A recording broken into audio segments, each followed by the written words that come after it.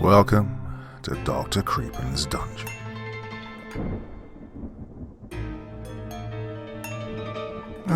Pride.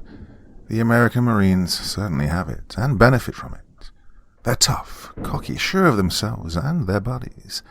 Oh, they can fight and they know it. But things aren't always what we seem. As we will see in tonight's stories. Now, as ever, before we begin, a word of caution. Tonight's stories may contain strong language as well as descriptions of violence and horrific imagery. If that sounds like your kind of thing, then let's begin. 1971. The Vietnam Experience. 1971 and 1972. The years go by. Nixon was president. The Godfather movie was released. Libertarians had their first convention, and I was drafted for military service.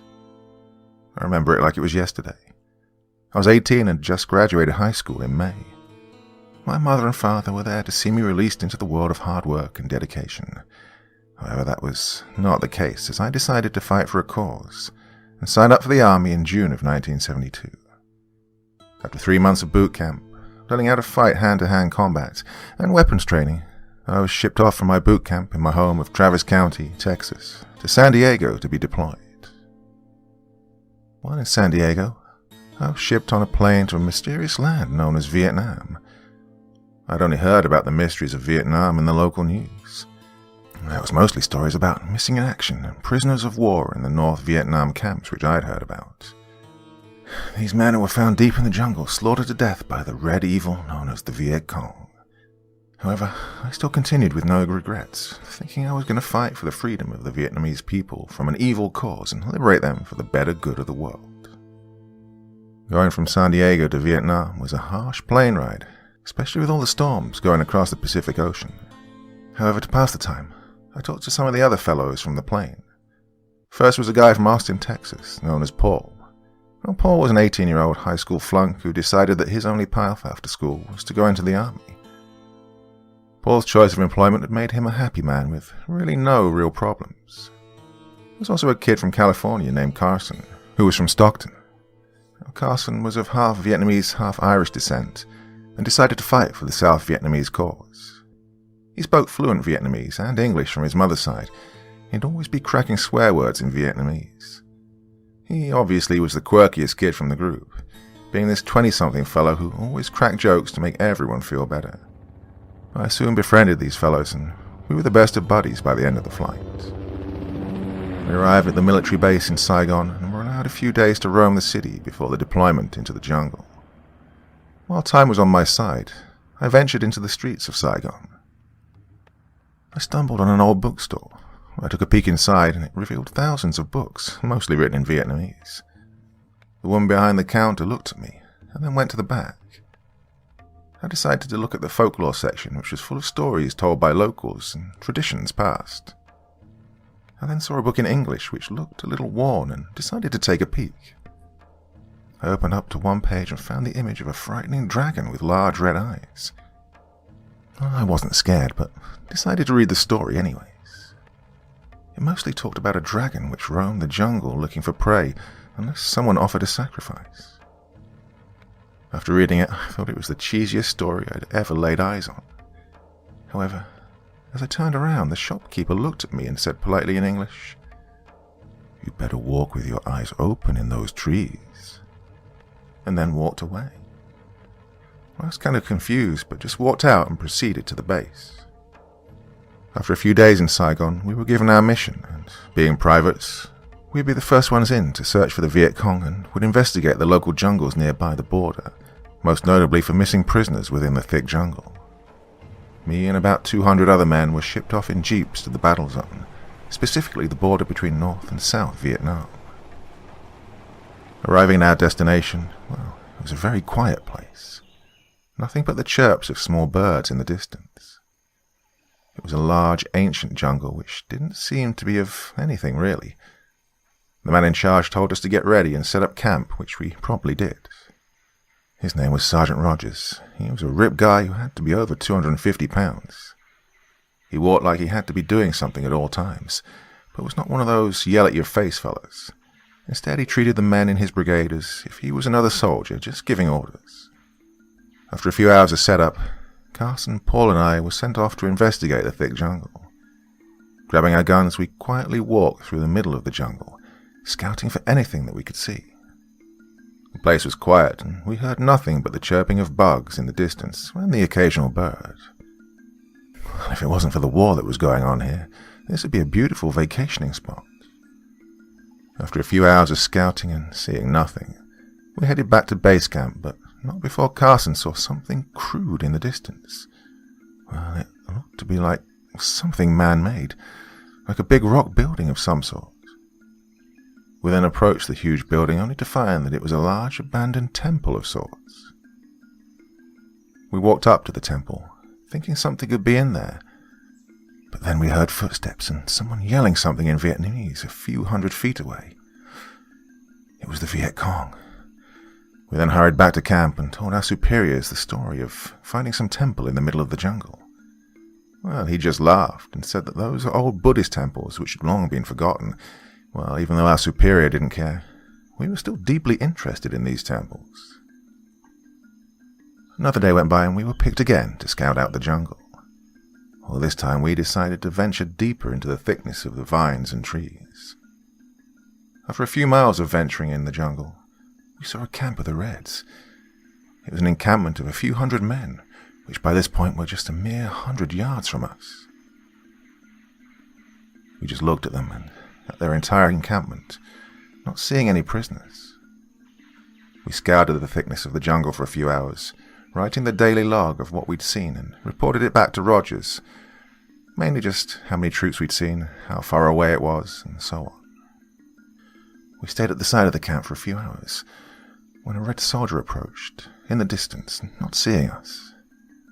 He pulled something out of his pocket, and we were ready for the worst, but it was just a Zippo lighter, and he'd gone out for a smoke. Well, Carson was hyped up to capture this guy, and he had a plan. We'd go up to the soldier, gag him, and try to get any information about the missing soldiers. We decided to put this plan into full effect and try to get anything we could out of this soldier.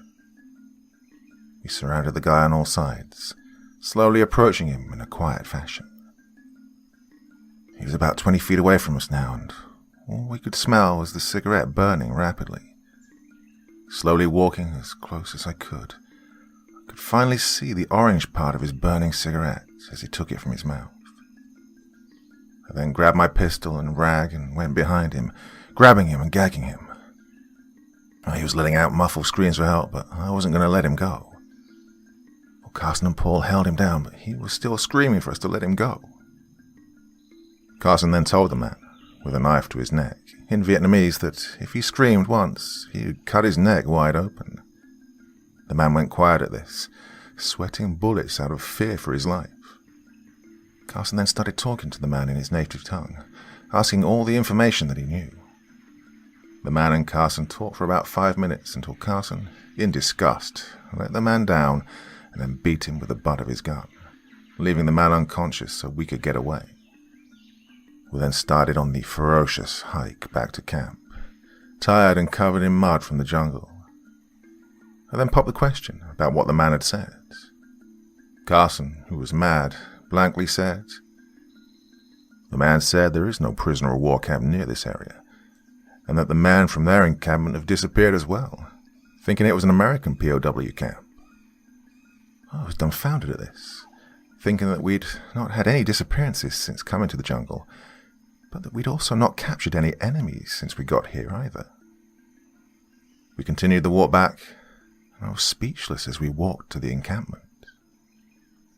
The three of us went to Roger's tent and explained to him that there were no prisoners at the camp, and told him about the soldier.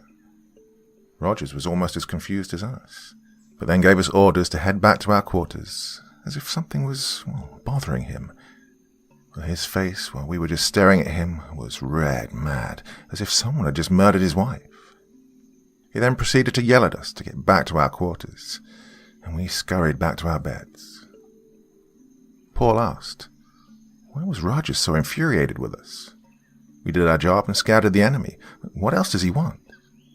Well, I don't know, Paul. I think Rogers is hiding something from us and the other troops, Carson explained. Well, that trooper at the res camp also said something about a serpent-like creature when the disappearances occurred. Why didn't you say anything about that to Rogers? I asked. He's never going to believe us. Plus, I think there's a lot more to learn about the jungle, Carson exclaimed. Okay, look, we'll talk more in the morning, I sighed. No, we cannot let anyone else know about this, Paul yelled out. Carson hesitated and then said to us, well, let's just keep this to ourselves for now. If something does happen, then we'll be ready for it. The three of us then shook on it, agreeing that we would not talk about it again, and proceeded nervously to the bunks. A few days passed by, and we were preparing to advance towards the North Vietnamese camp that we'd spotted earlier. Rogers explained that this would be a routine mission, and we'd be going deep into the jungle to attack the enemy. Rogers had a nervous look on his face, but he was ready to send the troops into battle. We grabbed our guns and supplies and set off walking through the jungle once again. Our first job was to clear a path by removing trees and other debris, mostly with construction equipment and flamethrowers. Carson and I were put on flamethrower duty, and Paul was put on clearing the debris. We spent another few hours clearing trees and rocks before setting up camp deep within the forest.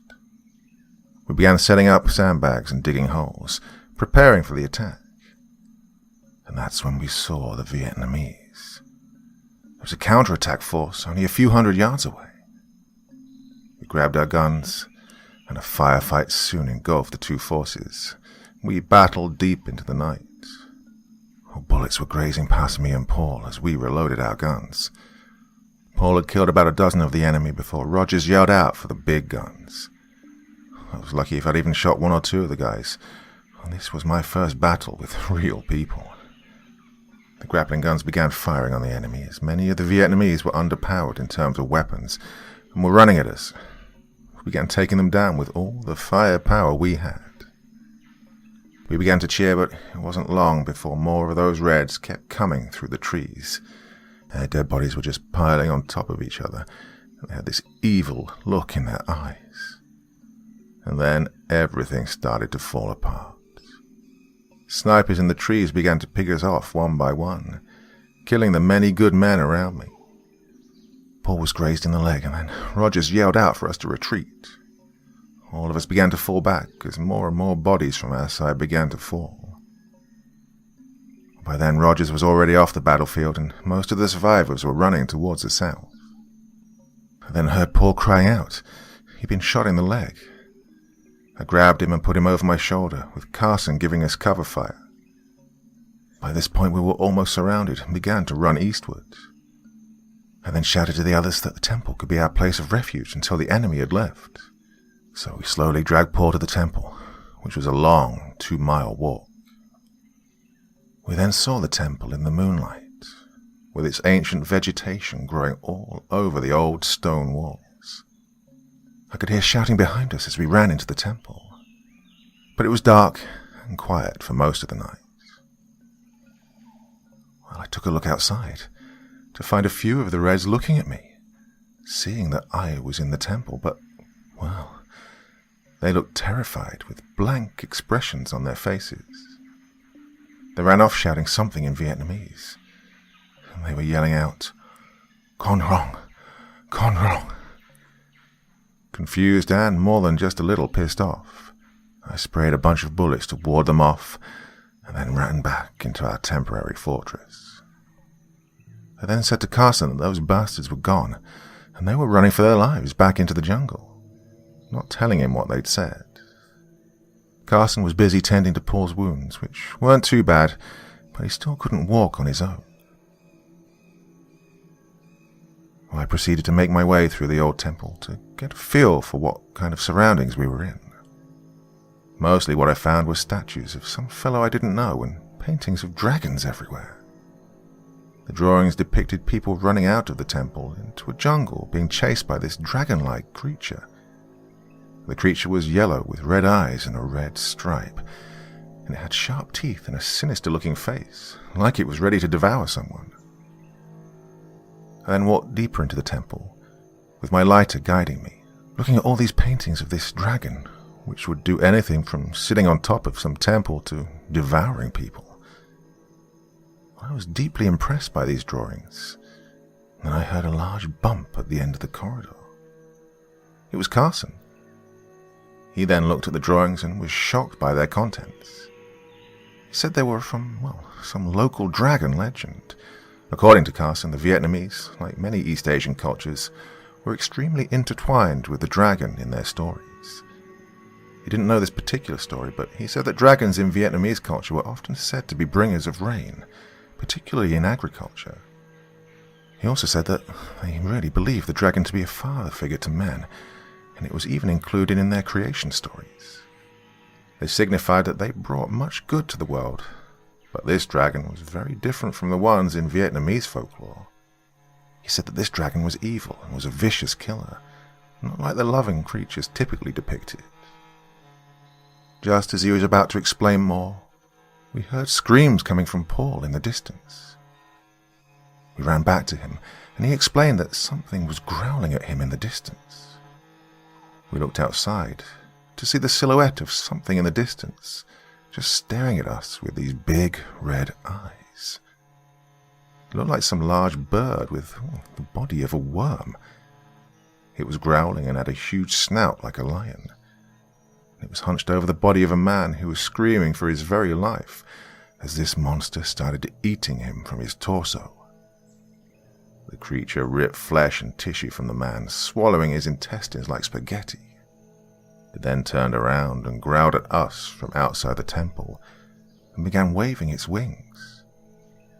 It then flew off.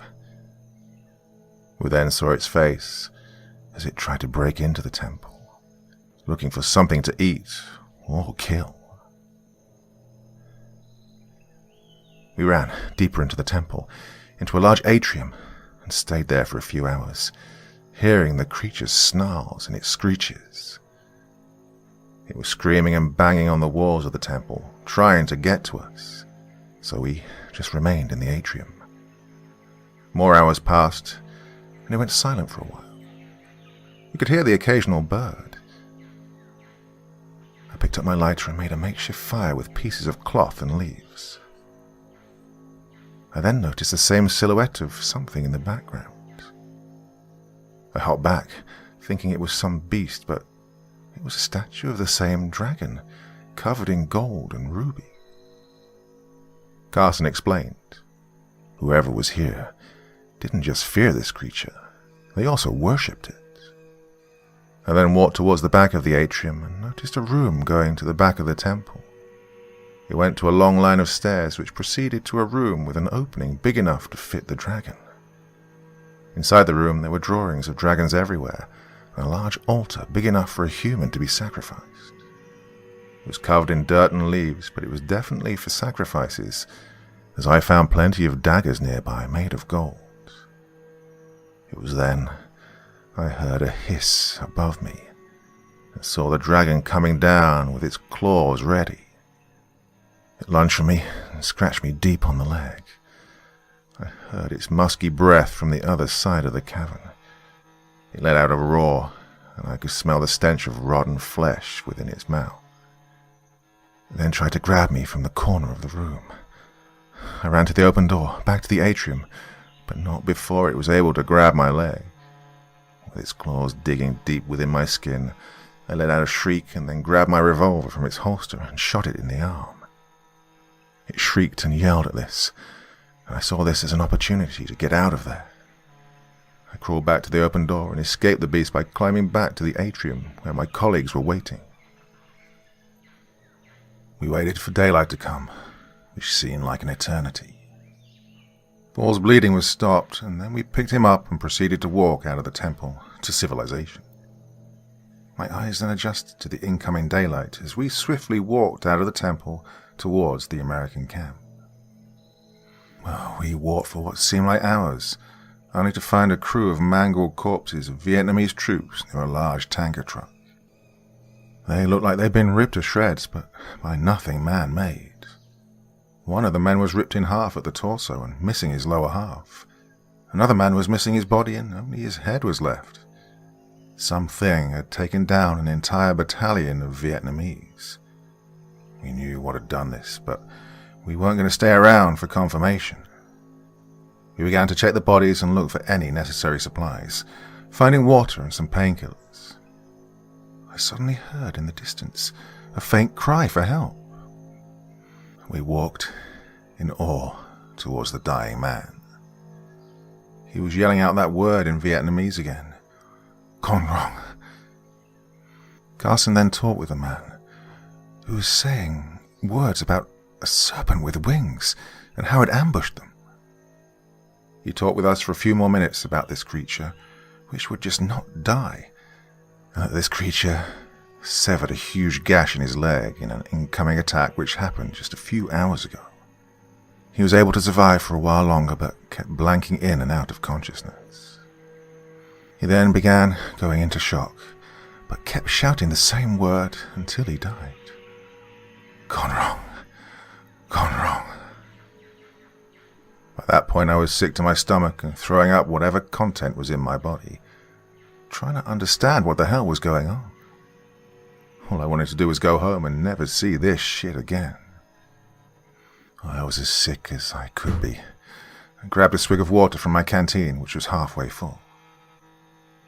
We then searched through the entire tank, before leaving the mangled bodies and corpses behind on our way back to camp. We walked for what seemed like hours, stopping only to give ourselves a short break and carrying Paul, who was okay for the time being. His leg, however, started to show signs of infection. Then we finally saw the familiar sight of an American Jeep in the distance, hoping that someone out here was still alive. Well, we finally made it back to the American camp, which seemed to be all but abandoned.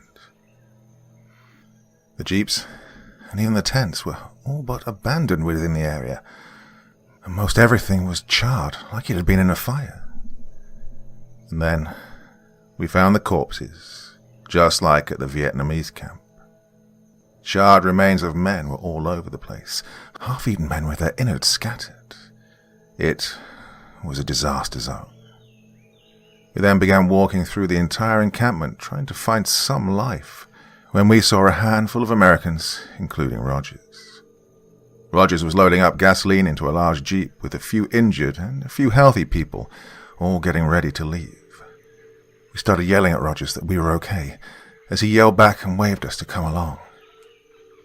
We dragged Paul to the Jeep and put him in gently. Many of the men in the Jeep looked injured, including Rogers, who appeared to be scared out of his mind. He then told us that everyone in the battalion was dead apart from us, and we were lucky to be alive. He later said that no one else was alive, including the Vietnamese. He then paused and said, "After the retreat, we ran towards the base camp area, where we'd settled in before, and stopped there for prep work in the morning. And something came from the distance and began to attack us. God, that thing was everywhere, slaying troops one by one with his big red eyes and his bloody teeth. It was flying around our Jeeps and stopping anyone from leaving, charring men, cooking them to death, ripping other men apart piece by piece. We ran into the nearby forest and hid in a small cave until the thing left. That's when I began finding survivors, and then I found this Jeep." We began talking then about our encounters with this creature, and how it had killed many men along the way. By the time we'd finished explaining all of our stories, we'd reached a small town outside of Saigon and went to the nearest American military post. And that's where my story ends. After that horrible encounter, all 12 of us were relieved of our military duty due to PTSD, and were never given an explanation about that serpent. We were flown back to the United States and then sent to a mental health division of the VA. There, the doctors said that the dragon was just a result of the stress we'd endured. But, well, I know what I saw. Well, after the scramble, we all went our separate ways. As for the others, well, those few that survived, I only know what happened to Paul, Rogers, and Carson. Paul, after returning home, had his leg amputated. He lived a nice life until he began having flashbacks of that dragon and the temple, and he was later admitted into a mental health clinic in 1984, where he died a year later. Rogers, after returning home, worked at a local grocery store where he later became the manager. However, due to constant headaches and hearing voices, he committed suicide in 1995, leaving a suicide note about how he was hearing noises from outside his window and seeing red eyes all around him. As for Carson, he still contacts me and after returning home got his degree in Eastern Religious Studies from the University of Michigan. He's still researching about the dragon in the tomb and has implied he might go back to Vietnam to try and solve the mystery of the murders. As for all the other men slaughtered by the dragon, well, I don't know. It was never explained to me what happened to the many people who perished there. In the end, I still know what I saw, and I know the other two men saw what I saw too. Well, that thing still stalks me in my dreams. The doctors from the VA still say that it's stress, the stress of being in the war, but I know what I saw and it was not a hallucination. I know that thing is still out there waiting to kill me, waiting to skin me alive, waiting to rip me apart with its razor-sharp teeth and its blood-red eyes. And it'll still be waiting for me in my dreams. Still waiting.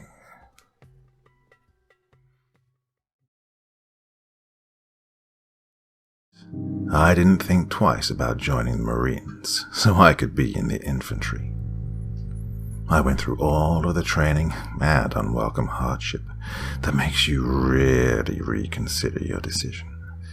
Anyway, I got stationed to a desert base known as 29 Palms, the largest piece of military-controlled land in the U.S. It covers approximately 930 square miles in total. Yeah, it's fucking huge, in Southern California and a few hours from Mexico. When you're that far out, you start to see some shit. Anyway, fast forward to my first field op, and me losing my shit. To put things in perspective as to how far away we are from civilization, the closest man-made object is a 3-hour ride away. Now this day was particularly hot, because it broke 130, as if the sun said, I told you I could. So, we spent all day hiding under camouflage netting getting classes about various military tactics. Once the sun set, we set off into the night to get some hard, realistic training done. At night, we practiced using our night vision optic to do simple shit like reloading and reading maps. It produces an image off of ambient infrared light, so you can actually see a lot more shit than the naked eye. Now, let me tell you, the sky is absolutely cluttered with stars. I can see a shooting star every few seconds. Ooh, the Milky Way. It's pretty darn cool.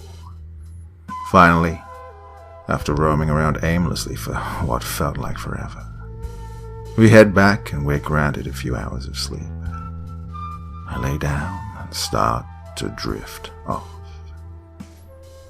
I'm suddenly woken up after what felt like 10 minutes, and I get up instantly. Get up, bitch. You're on watch. God damn it. I get dressed and I stand my post dutifully, like I'm told at the checkpoint. I'm given a radio and told to only lift the barbed wire after it gets approved over the radio.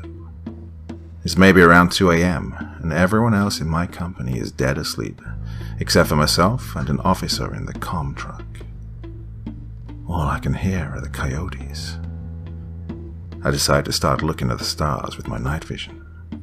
I hear a coyote yelp off in the distance, but think nothing of it. A few minutes later, another Marine comes over a small hill in front of me. Nothing crazy, probably taking a dump. He walks towards me, but his eyes don't reflect any light. Rationally, one of us is probably dehydrated, so I think nothing of it. He approaches me, and after a few seconds of staring at me, he simply says, "Can I come in?" His voice didn't sound right. No inflection or questioning tone. Weird. I asked him what his name was, and why he was out so far taking a dump. He tells me his name, Sergeant Wright, and he ignores my dump question. Same weird voice. Granted, I'm new to the unit, so I don't know anyone named Sergeant Wright, but I still had to verify it. "Main, this is Rogue Guard 1. There's a Sergeant Wright requesting entry. Over." "Rogue Guard 1, this is Main. There is no Sergeant Wright in this company, and the closest unit is 25 miles away. Make sure... No, shit, get the fuck back here right now. Don't let him in or even look at him. Run!" As the weird dude started to hear this, his face changed to severe anger, like he wanted to rip my throat out and drink my blood. By the time I got back, everyone is awake. All of the vehicle lights are turned on, and everyone is packing up, scrambling into the trucks. We leave a lot of shit behind, like the tents, water, and food, and drive the entire 3 hours back.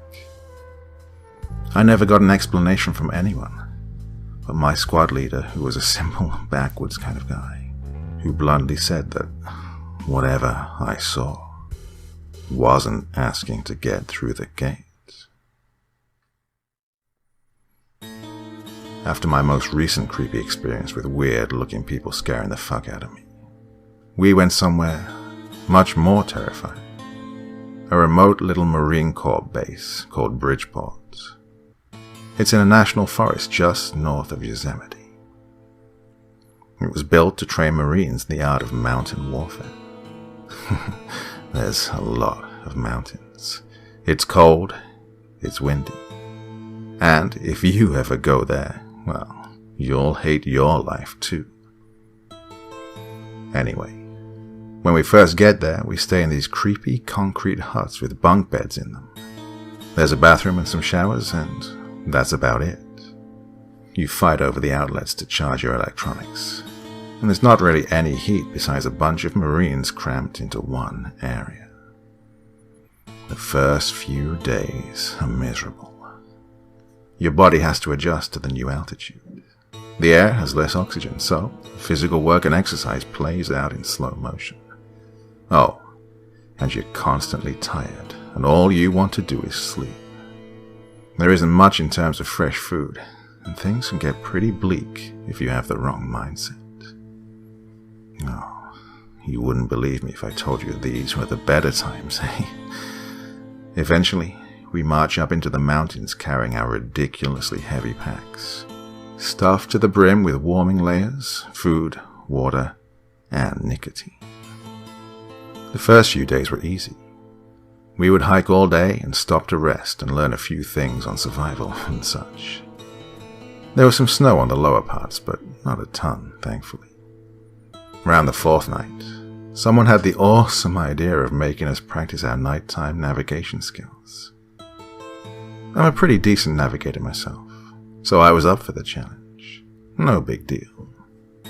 They hand out the compasses, maps, and protractors, and set up an elaborate system of how to get to the finish line. It was staggered so people weren't walking all over each other. Now this is where things get interesting. I'm in the woods. It's dark and cold. I hate my life, so I'm stumbling through the trees and brush, loud as hell without a care in the world. I just want to finish this dumb thing so I can go to sleep. I get to my first point easily because there's some moonlight shining through the trees. The second one was placed in a fucking river, and I still remember how livid I was standing there, copying down the word donkey etched into an ammo can on top of a rock, in a freezing cold river. Wet boots will drive a man insane. I stop to squeeze out the moisture from my socks, and I get this primal feel that I'm being watched. I stand completely still, and all I can hear is my heart beating.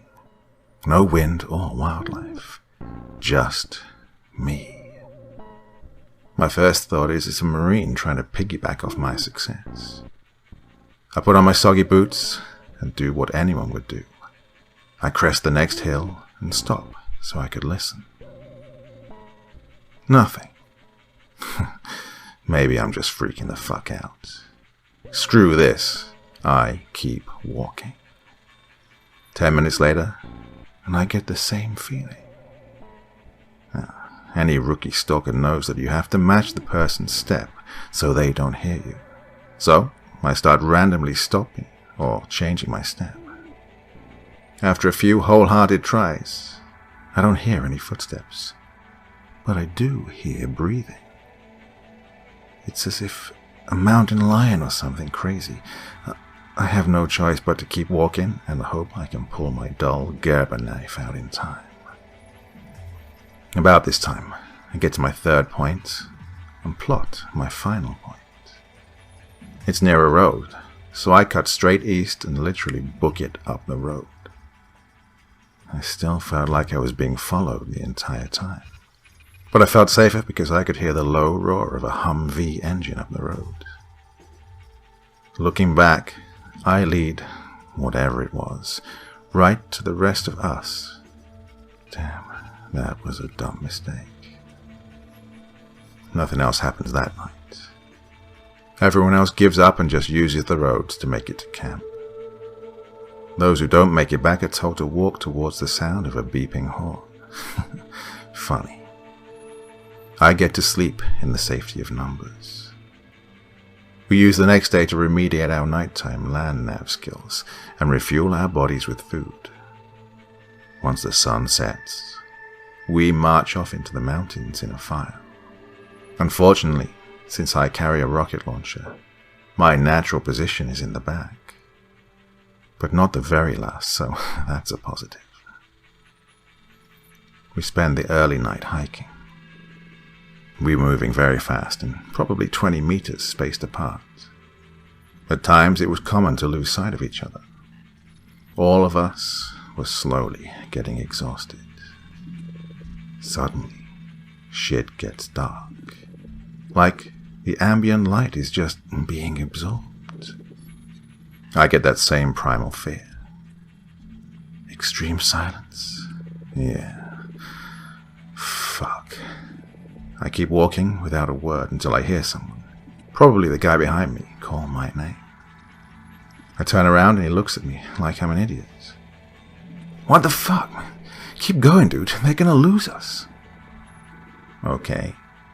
Weird. Who called my name? I spin back around and try to see my way through the brush for the guy in front of me.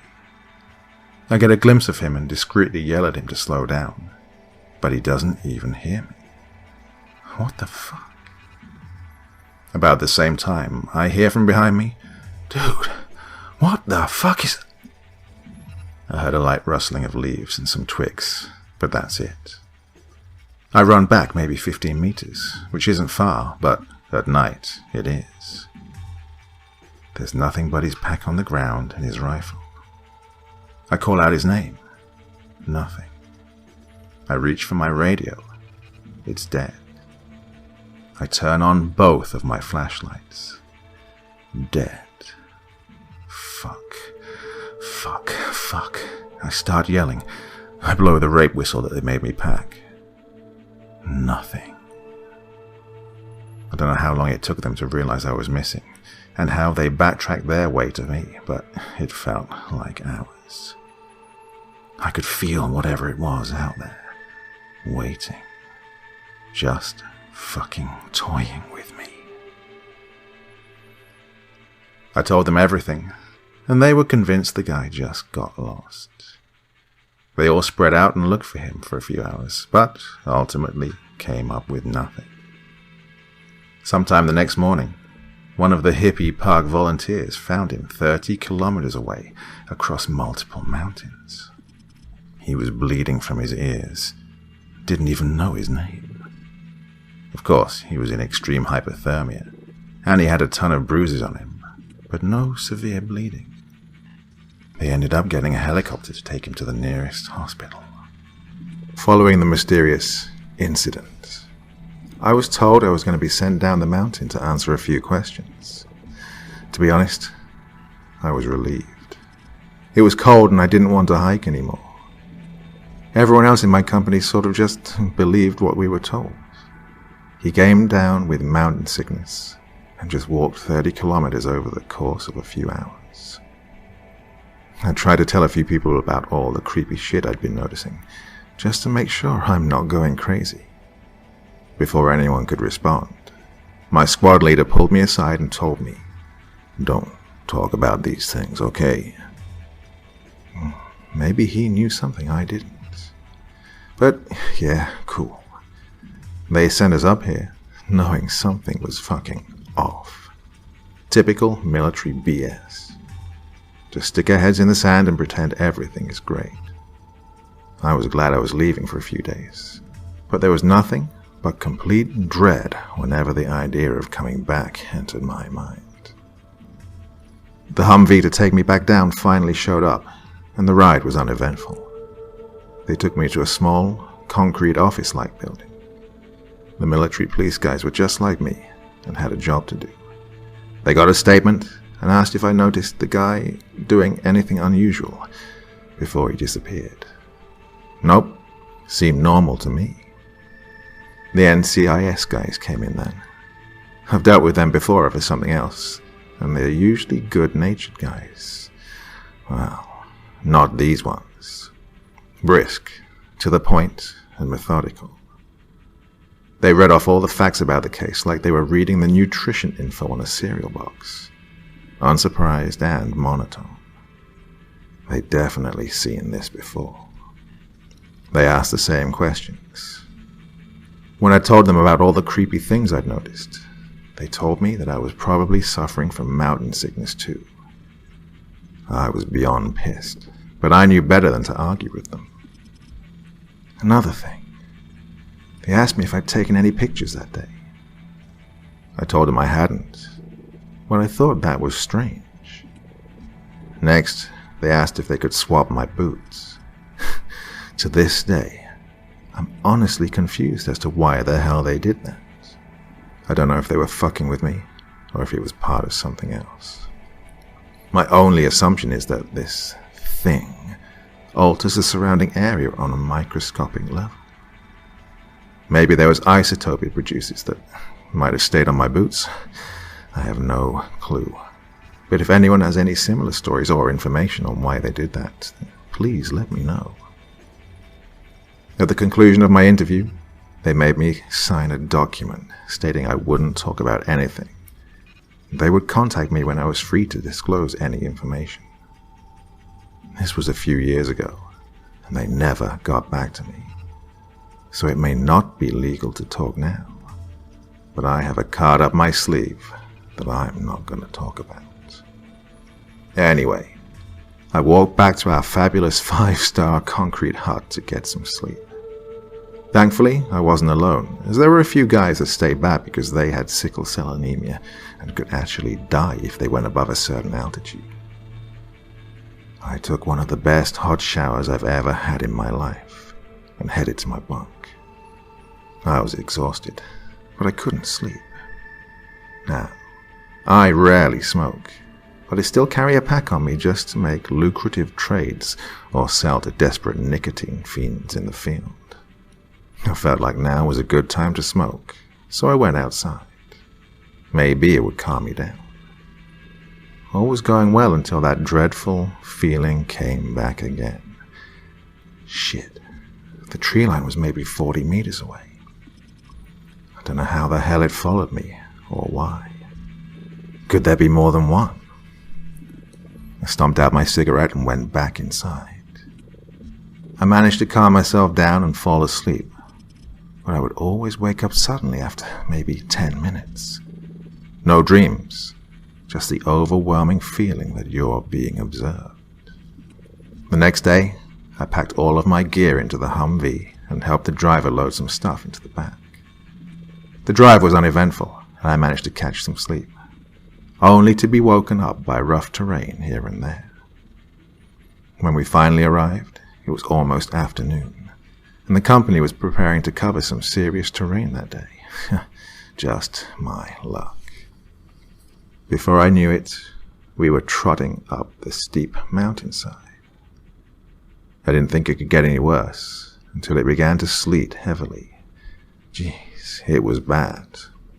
The wind picked up and it felt like we were being cut with glass. I couldn't see.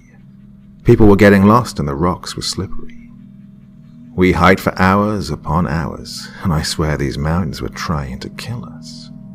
The sun began to set, and our clothes began to freeze on us. If that wasn't bad enough, I noticed that our compasses were acting weird.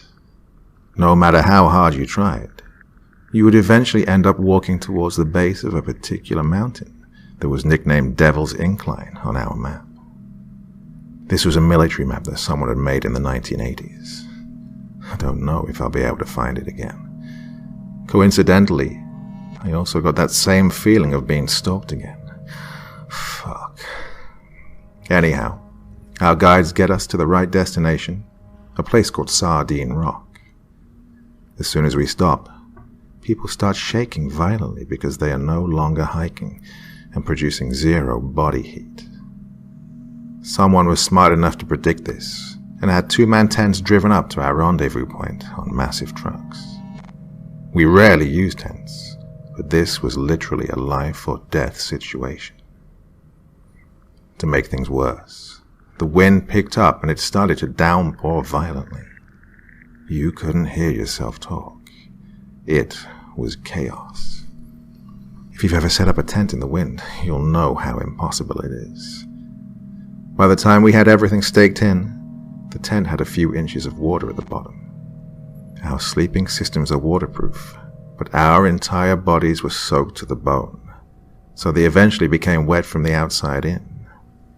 Then the temperature dropped, and things got worse.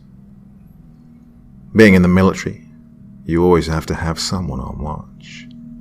Since there was still sunlight out, I volunteered to stand it while everyone else hid in their tents. Jeez, worst day of my life. Finally, I got back inside of my tent and tried to get some rest. I don't remember falling asleep, but I was suddenly woken up to someone outside asking for help. It was the same voice of the guy who ended up 30 kilometers away. Except that guy is still in the hospital. He would call out someone's name and say it a few times and then try to get them outside. I think it was my squad leader who yelled at everyone to stay the fuck in our tents and not to go outside. For the next few minutes, he practically begged us. It sounded like he was in the tree line, maybe 20 meters away, somehow guessing our names. Here it was, trying to break us down when we were at our lowest point. Could have gotten right through our tents, but, well, it just wanted to fuck with us. Finally, it stopped, and just as I thought it was gone, I heard it say my name twice, in a taunting kind of tone. Then a huge tree came tumbling down, and that was it. Traumatized, everyone stayed inside their tents until we heard trucks coming. Over the radio, we were told to pack our tents in less than 30 seconds and get on the trucks. We had no more than 5 minutes. I wasn't going to be the first one to step outside, so I waited until a good number of people got out. I've never seen a group of people move faster in my life.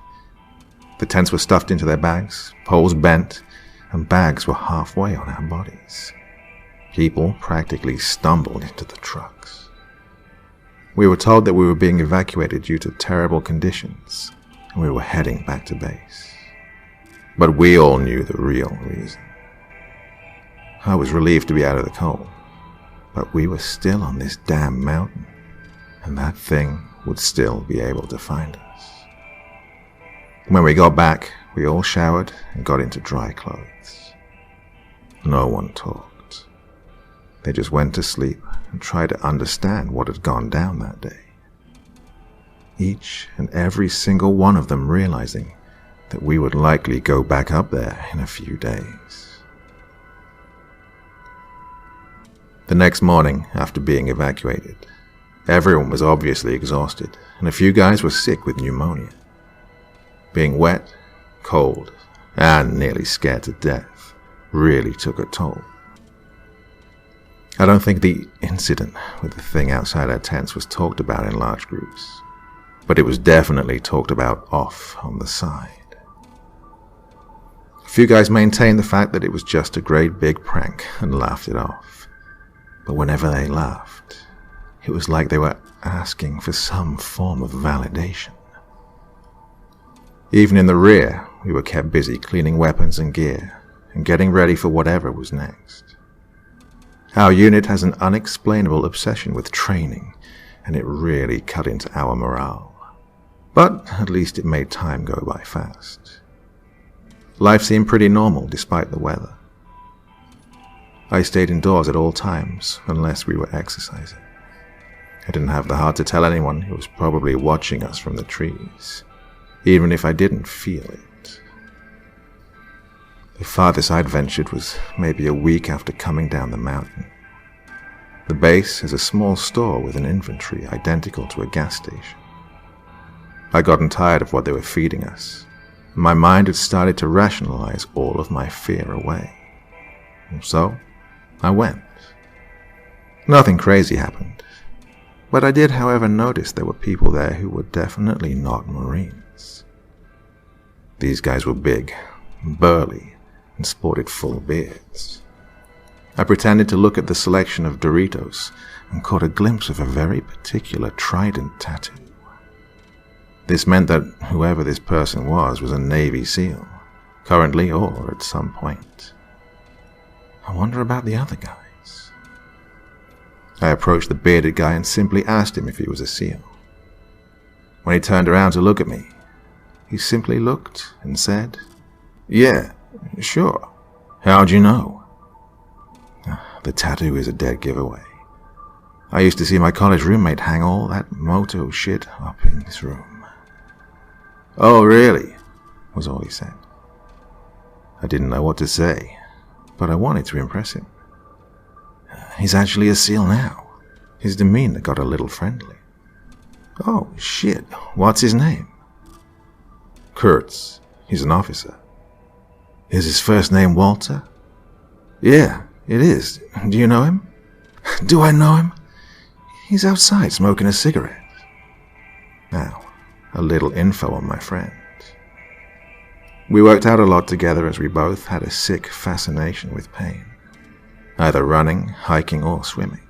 We would torture ourselves nearly every day until he left. I kept up with him as he went through all the training cycles. Then, he just disappeared. I'm talking gone from every fucking form of social media. I talked to his parents, and all they got from him was the occasional letter. It always bothered the hell out of me that he straight up disappeared from the world without saying a damn thing. I thought about it nearly every day. There he was, outside, and all I wanted to do was get one good punch in. Navy SEAL or not, he was still a dick. When we stepped outside and I saw him, I still hated his guts, but I had a feeling that me versus a bunch of Navy SEALs probably wasn't going to work, despite having the power of God and anime on my side. He didn't even notice me until I'd said his name. In any other setting, I probably should have saluted since he was an officer and I was enlisted scum, but I didn't give a shit. He seemed genuinely happy to see me and wouldn't let go of my hand. We did some catching up, mostly questions from him about my boring life. Whenever I'd asked him stuff, he would deflect, make a joke, or give me a one-word answer. The man just would not elaborate about what he's been up to. After about 10 minutes of talking, the group of them decided they were just about done stocking up on Mountain Dew and gummy worms. Before they headed back, Kurtz pulled me aside and threw his cigarette to the ground. With a look of complete concern and worry, he said, "Listen, you really shouldn't go back up there. This ain't the place you want to be. You understand?" I wasn't really sure what to say. I just nodded solemnly before he shook my hand and left. That was the last time I've been able to talk to him. One thing to note is that that group of guys didn't all have beards or tattoos. Don't get me wrong here, but Navy guys do have a certain look. I can't explain it unless you've been around them long enough, but not everyone in that group was a SEAL. I saw one guy wearing an army-related t-shirt, so I'm guessing they were some form of cross-branch team. Anyway, I headed back to the concrete hotels and spent some time reading, just trying to get my mind off what he had said. Should I break my ankle or pretend to be sick? They don't have Uber here, and the highway is quite some distance away. Ultimately, I decided that my pride was more important than my life. I ended up going back into the mountains. Yes, I felt nothing but dread. Here I was being stalked and harassed by something. And on top of that, the Marine Corps is destroying my body every day. The human body isn't designed to hike 170 kilometers in a week with 200 pounds of gear, let alone up mountains. However, sometimes you get a break. The hikes were relatively short, and all we did was practice our rock climbing skills at night. After about 3 weeks in these mountains, my body started to get used to the altitude and the amount of physical activity we were doing. I was counting down the days in my head every few minutes, making quick calculations and crunching the numbers on each activity and how much closer I was to safety. Things weren't going to be that easy, of course. I had a pretty decent amount of anxiety and dread this entire time, but I rationalized that it was just my mind. I didn't notice until the third day, when we peaked on one of the larger mountains, that we were headed for Devil's Incline. It had to be a mistake, because the compasses were acting weird, right? I talked to a few of the higher-ups, and, sure enough, that was our final destination, because the CO thought it would be a challenge. Oh, great. They're leading us straight to our deaths. Dulce et decorum est kind of deal. The closer we got there, the worse I felt about this whole thing. I couldn't sleep for more than 10 minutes because I swear I could feel it watching me. Not wanting to go crazy, I confided with my squad leader, and all he said was, "Yeah, I feel it. Don't want to talk about it." The next day we were briefed on our final training exercise. Our job was to assault to the peak of Devil's Incline. The vast majority of it would be climbed using carabiners and rope and traditional techniques. The final 500 meters is mostly gravel and can be traversed on foot. We would be provided overwatch by special forces operating in the area. Nothing new. The military is imaginative. If we see them, ignore them. We begin the assault at sunset and get to the middle of the mountain around midnight. Everything's going smooth. We're climbing the cliffs slowly and methodically. On one particularly large cliff, I set up one of the anchor points so the Marines can rappel from another side of the cliff. I turn around and head for the next cliff. Before I start to climb, somebody angrily asked me why the hell I cut the line, that I could have gotten someone killed. I responded I didn't cut the line, and head back to see what the hell had happened. The rope was sliced perfectly, like surgically almost. If you've ever cut climbing rope before, you'll know that it's almost impossible to get such a clean cut. You'll always have a tiny bit of fraying, even with the sharpest of knives. This rope had no fraying at all. I'm assuming that this was the same thing that's been harassing us all month, trying his best to kill us. Fortunately, there weren't many cliffs after that. The 500-meter slope of gravel turned out to be way too steep to hike straight up. Also, out of nowhere, a blizzard decided to make our lives hell. To this day, I've never seen such terrible weather. We're talking 70 miles an hour winds, whiteout conditions, everything. It was insane. On the way up, I swore I was gonna freeze to death. The slope seemed like it would never end. After about 3 hours, someone had mentioned that multiple Marines were missing. Our first reaction was to stop and sit there for an hour, and then send half of us back down in an attempt to find those Marines. That was the coldest I'd ever been in my life. At least hiking provided some warmth, but sitting there being buried alive in snow and wind, yeah, it was bad. I don't know who made the call to keep pushing forward to the top, but it was the only way anyone was going to survive. There was a road on the other side of the mountain with vehicles most likely waiting for us.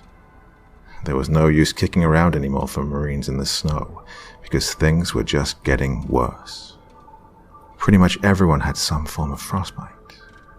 We just didn't have the right gear to protect ourselves. Finally, we got to the top, and thankfully there are tents waiting for us. The tent I got was broken, so I ended up piling in with a bunch of other guys like a bunch of sardines. Jeez, what a shit show that was, setting up in the wind. They gave us maybe 20 minutes while they figured out what to do with the missing guys. I'm assuming they called the proper authorities way before that. It was way too windy for helicopters, and nearly impossible for even us to search the area.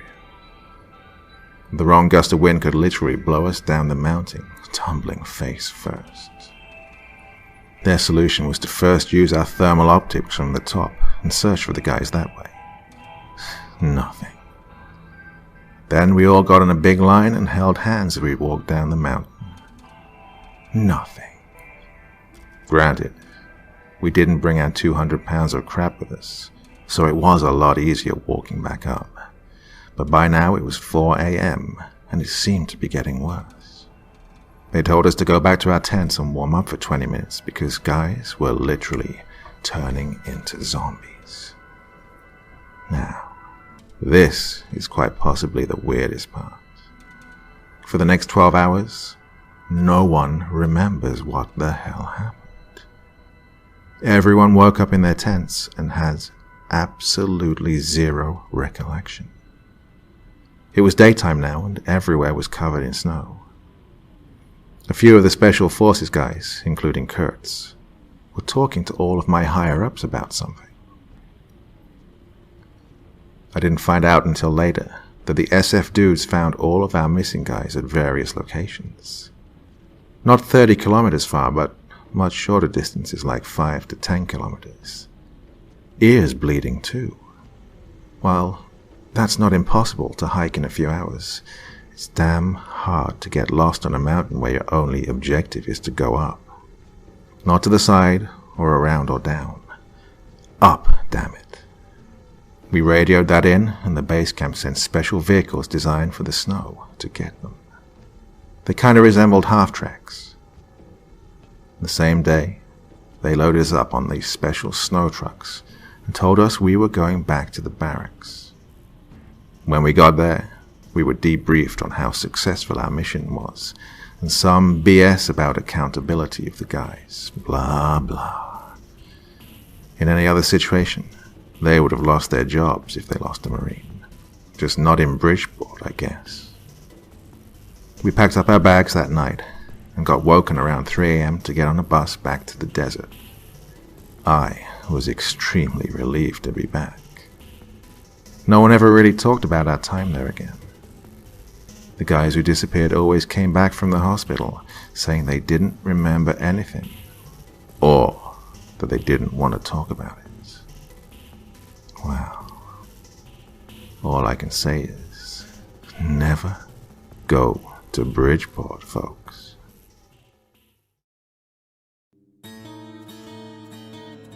After Bridgeport, we were given a pretty decent amount of time off due to various public and military holidays.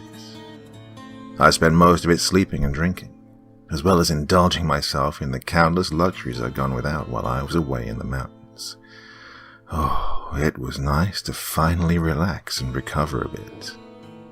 However, good things don't last long. Pretty soon, we packed our bags, grabbed heavy things, and headed off into the desert. We went through a few short but boring field ops that you guys probably wouldn't want to hear about. But this one in particular was in December, and things had drastically changed weather-wise. It was now winter and the temperature hovered just above freezing. Oh, the wind was the worst part. You could wear 5 billion layers, and somehow the wind would cut through all of them and slowly drain the heat from your body. Yep, it was miserable. For the first few days, we did some live fire training exercises. The funniest part was probably when they had me blow up a piece of plywood riddled with nails, labeled door, to simulate a breach.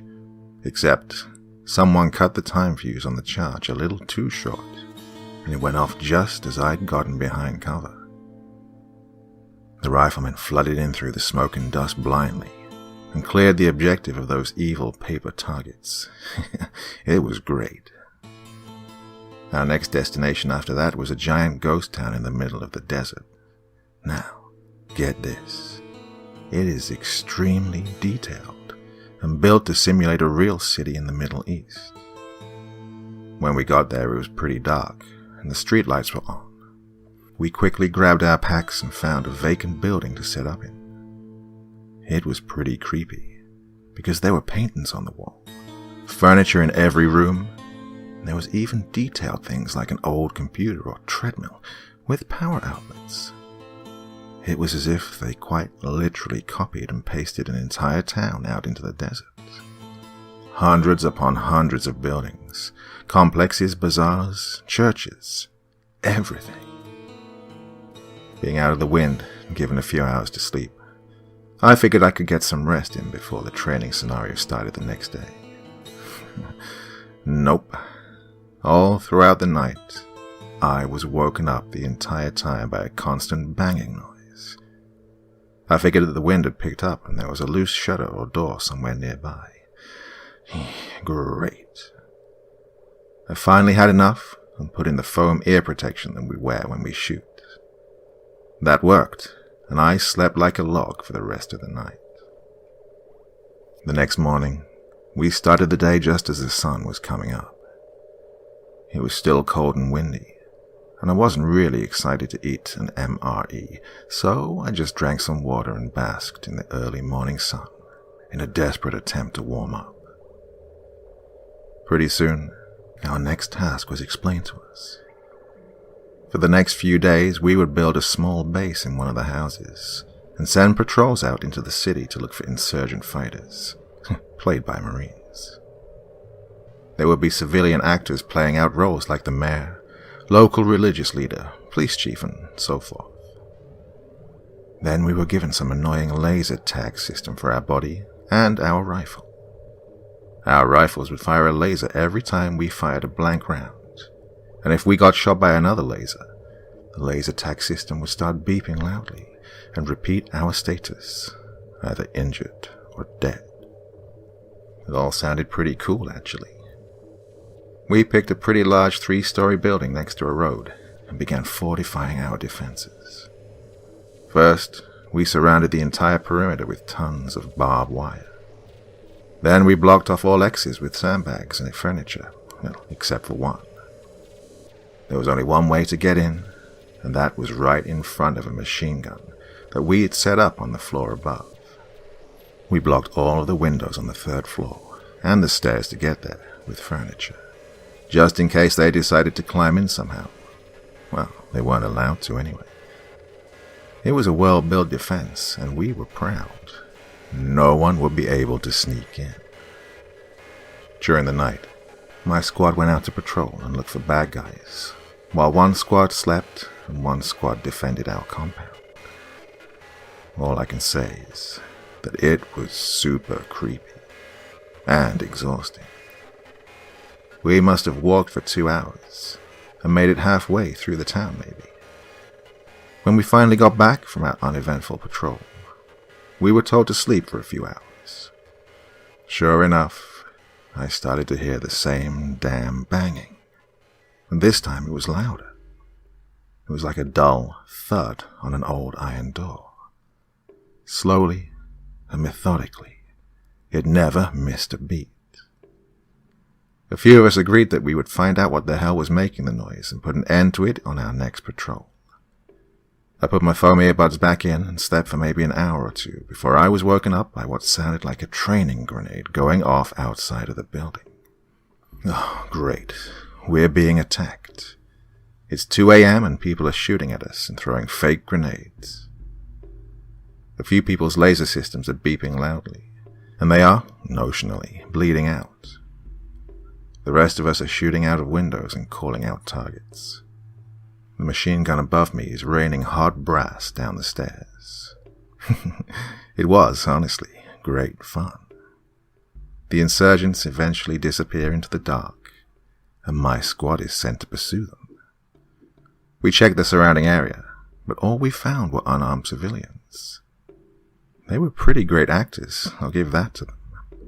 I felt extremely immersed in the situation when they told us they would only give us information if we gave them guns to protect themselves. Yeah, not gonna happen. On the way back to our base, I made sure we did a quick check for whatever the banging noise that was keeping us awake all night was. We tracked the noise to a building that wasn't very far away from our little base. Maybe 2 houses over, but blocked from our view. Now, here's the weird thing. All of the windows and doors were covered with sheet metal and bolted shut. When we got close, the banging had stopped, but we all knew it was coming from that building specifically. Unable to do anything, we went back and posted up on various positions to pull up security so that the other squad could rest. I got the short end of the stick and ended up on a window facing in the direction of the building. Before I relieved the guy standing there, I asked him if he'd heard the noise from the building. He nodded and said he'd heard it all night. I felt like Edgar Allan Poe listening to The Raven, slowly going mad by myself. Somewhere in my dreamy stupor, I postulated that somehow one of the insurgents had snuck their way into the building and were pulling some kind of psyops on us by banging away all night. Just as I passed this up, the banging stopped, and I looked like an idiot. Pretty soon the sun came up. The rest of the day was pretty uneventful. We set up a few checkpoints and interacted with the locals, gave them water, asked them about the insurgents, and so on. Typical roleplay fun. Once the sun set, we were again harassed by the insurgents, but this time it was less fun, because I'd slept maybe 3 or 4 hours in the last few days. It was over in 10 minutes, and another squad went out looking for them. I sat down to try and get a quick nap in, and then the banging started right back up. I was getting pretty damn irritated at this point, so I insisted on heading out with a few guys to check the surrounding buildings. The building with the banging had no way of getting in, so I got creative and thought maybe there was a tunnel. We ran around to each house and kicked all the rugs around like some terrible guests, and boom, we found a hatch. Now, we were told not to enter any of the tunnels because the fans they used for ventilation were no longer functional. They told us we could suffocate, but I didn't really think we'd use up all the oxygen in just a few minutes, and so we made the decision to go down. We dropped down, and it was absolutely pitch black. So we turned on our flashlights and proceeded forward to the end of the tunnel. As we got closer to the ladder, we heard something similar to the sound you hear when you turn a really old television on. Kind of like a mix between that and when your ears start ringing. All of the hair on my body stood up. There was a slight tinge of fear creeping up on me, but I decided to ignore it and start climbing the ladder. I opened the hatch and immediately began clearing the pitch-black room. Nothing. I moved toward the stairs while the rest of the guys flowed in. At first, I thought it was something breathing hard from the exertion, but now I was sure of it. I could hear the faintest whisper of someone saying, "We're in here," coming from upstairs somewhere. We moved tactically up the stairs in pairs and began clearing the rooms out. When we got to the end of the hallway, there was what looked like a kid's room, and I went in. Nothing. Then the batteries on my flashlight started to fade out. Impossible. I just replaced them today and they don't drain that fast. I think it was either the corner or the closet, but I heard what sounded like a little girl's laugh. More like a giggle. Oh, I ran straight the hell out of that room and was met with several "What the fucks?" Someone nervously asked if that was me. I said no, it wasn't, and I made the executive decision that we were all getting the fuck out of there. All of us were nearly panicking at this point, but we tried to keep it together long enough to get the fuck out of that house. We started to make our way back down the stairs when we heard the laughing again. As we approached the hatch, we noticed that now, of all times, there was tons of furniture stacked on top of it. Desks, wardrobes, couches, even a microwave. Pretty soon our flashlights all faded slowly out, and we all scrambled towards the pile of shit. The rest of the flashlights died out. Everyone panicked and started blindly throwing and shoving things out of the way. The laughing grew louder and more sinister, like it was coming down the stairs. Oh, after what seemed like years, we cleared everything and opened the hatch. We jumped straight down and scrambled back to the other hatch and through the tunnel. We made it out and pretty much ran back to our little fort 25 meters away. All of us were scared to shit and nearly woke everyone up with our stumbling around and cursing. Our lieutenant asked what had happened. We told him, and he wasn't really sure whether to believe us or not. His only response was, "Yeah, I've heard some pretty weird stuff about this town." And then he walked away. We tried to sleep for the next few hours. I went up to the second floor because I figured that was the safest. I knew that I wasn't going to go to sleep with some creepy stuff going down next door, but it was nice to sit down and relax. Around 3 a.m., I heard what sounded like someone running upstairs, loudly. Now, this is impossible, because we'd blocked off the stairs to the third floor with desks and couches so that no one would be able to get in from the roof. A few guys were woken up and were sent to go upstairs to clear it out. Oh, absolutely nothing. None of the furniture had been moved. Oh, I didn't sleep at all that night. In the morning, the townspeople began rioting outside of our compound. It was peaceful at first, but then someone with a backpack detonated an imaginary IED despite our best efforts.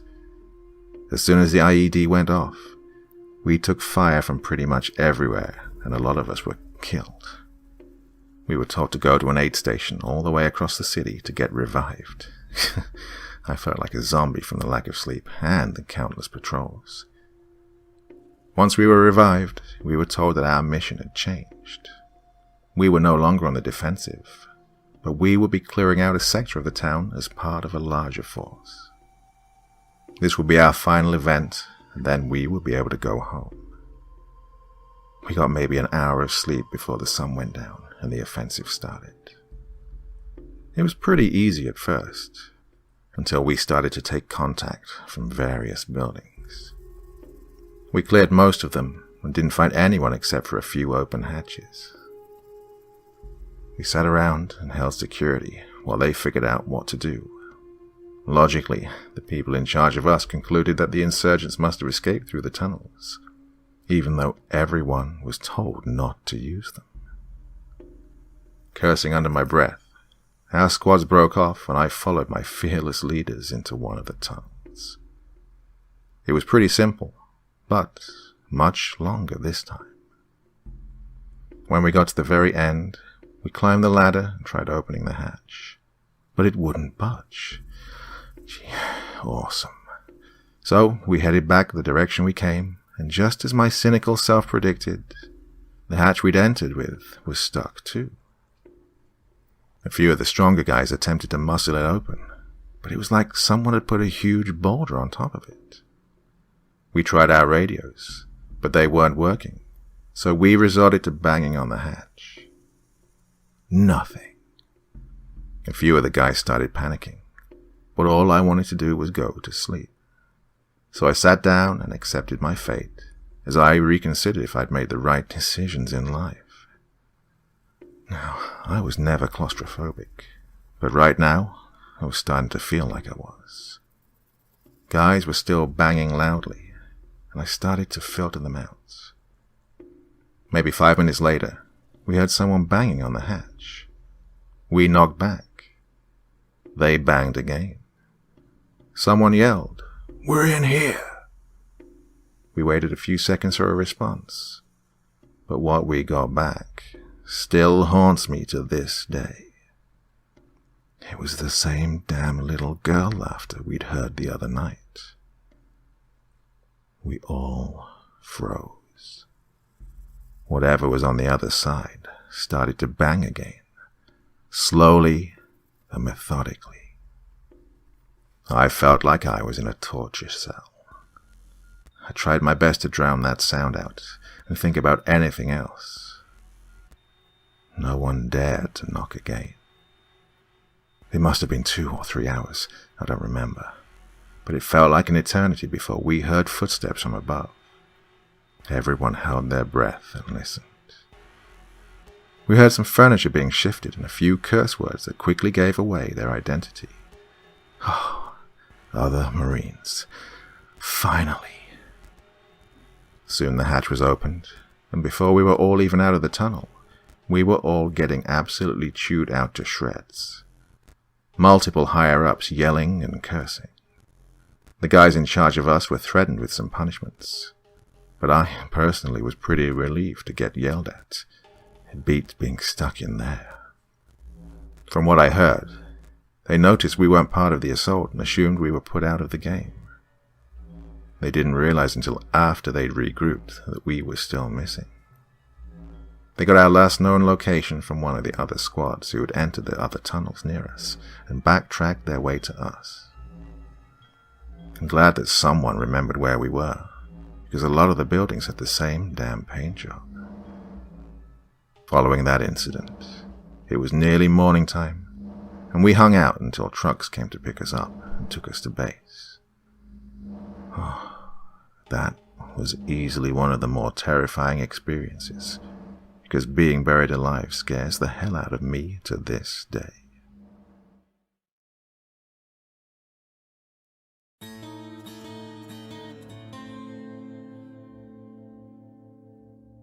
Things seemed to calm down in the desert for a few months.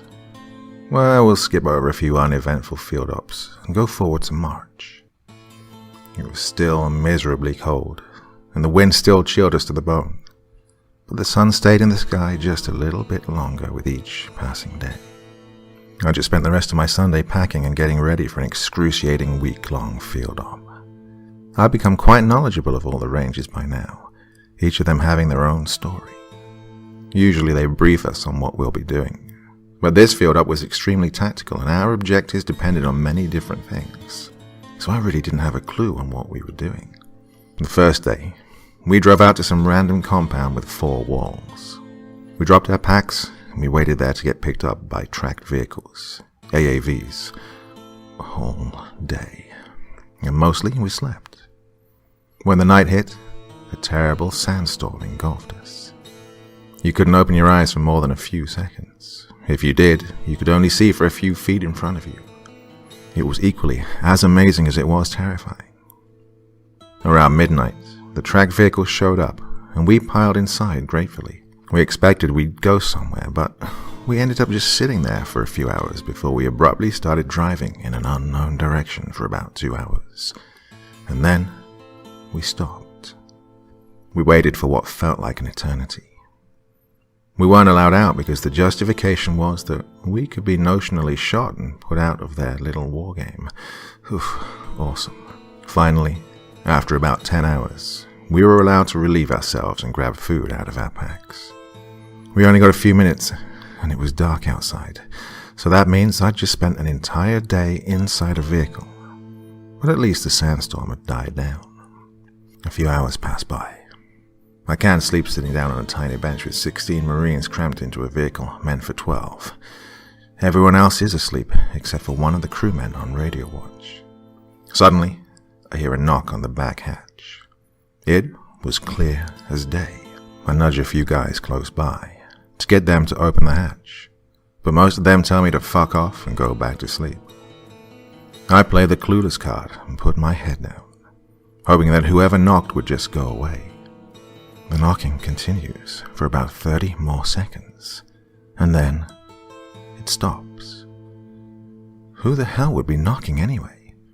We have radios for a reason. I spend the next few hours falling in and out of sleep before someone wakes us up and tells us we have 5 minutes to stretch and piss. I have no idea what time it is or where I am. We all pour out of our tin can prison and spread out. There are other vehicles around us, but none of the Marines are out. I head over a dune to take a leak and take a few seconds to admire the stars. A sight for sore eyes. Somewhere in front of me, I see a dark figure off in the distance. There were no AAVs over there, and we were arguably in the middle of nowhere. As they get closer, I see that it's a Marine, but I can't make out who it is exactly. They aren't wearing a flak jacket or a Kevlar, just some ragged desert camis and a boonie. That's not allowed on this field op. He gets closer, and I recognize a familiar, dead gaze that doesn't reflect any light. He looks very different this time. A different body, I guess. Don't talk to him. Don't even look at him. Jeez, I already broke one of those rules. So I started sprinting for the AAV. I tell everyone to get the fuck inside with enough fear in my voice to get them going. And grab my radio and get in contact with that same lieutenant. Surely he would understand. He was the platoon commander for the platoon I was attached to, so I called him up on the radio. PBR Street Gang, this is Vehicle 6. There's a Sergeant Wright in our perimeter. Roger. Solid copy, Vehicle 6. PBR Street Gang out. I overhear a bunch of radio chatter coming from the crew compartment. 20 seconds later, the vehicles start up and we're driving away into the desert for safer lands. Suddenly, we come to a grinding halt. People and gear go flying about.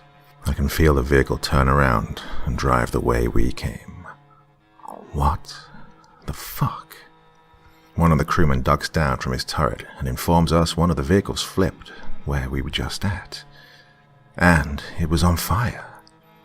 We were going back to help. Luckily, the Marines had gotten out just as it flipped. We were already packed to the brim, but we managed to make room for 4 more Marines. All of them were pretty banged up. We drove off. and I'm assuming someone was called to deal with the burning AAV. There wasn't much we could do with a single fire extinguisher we had in the passenger compartment. Someone asked one of the guys what the hell happened to the AAV, and his response was that they heard a knocking on the hatch.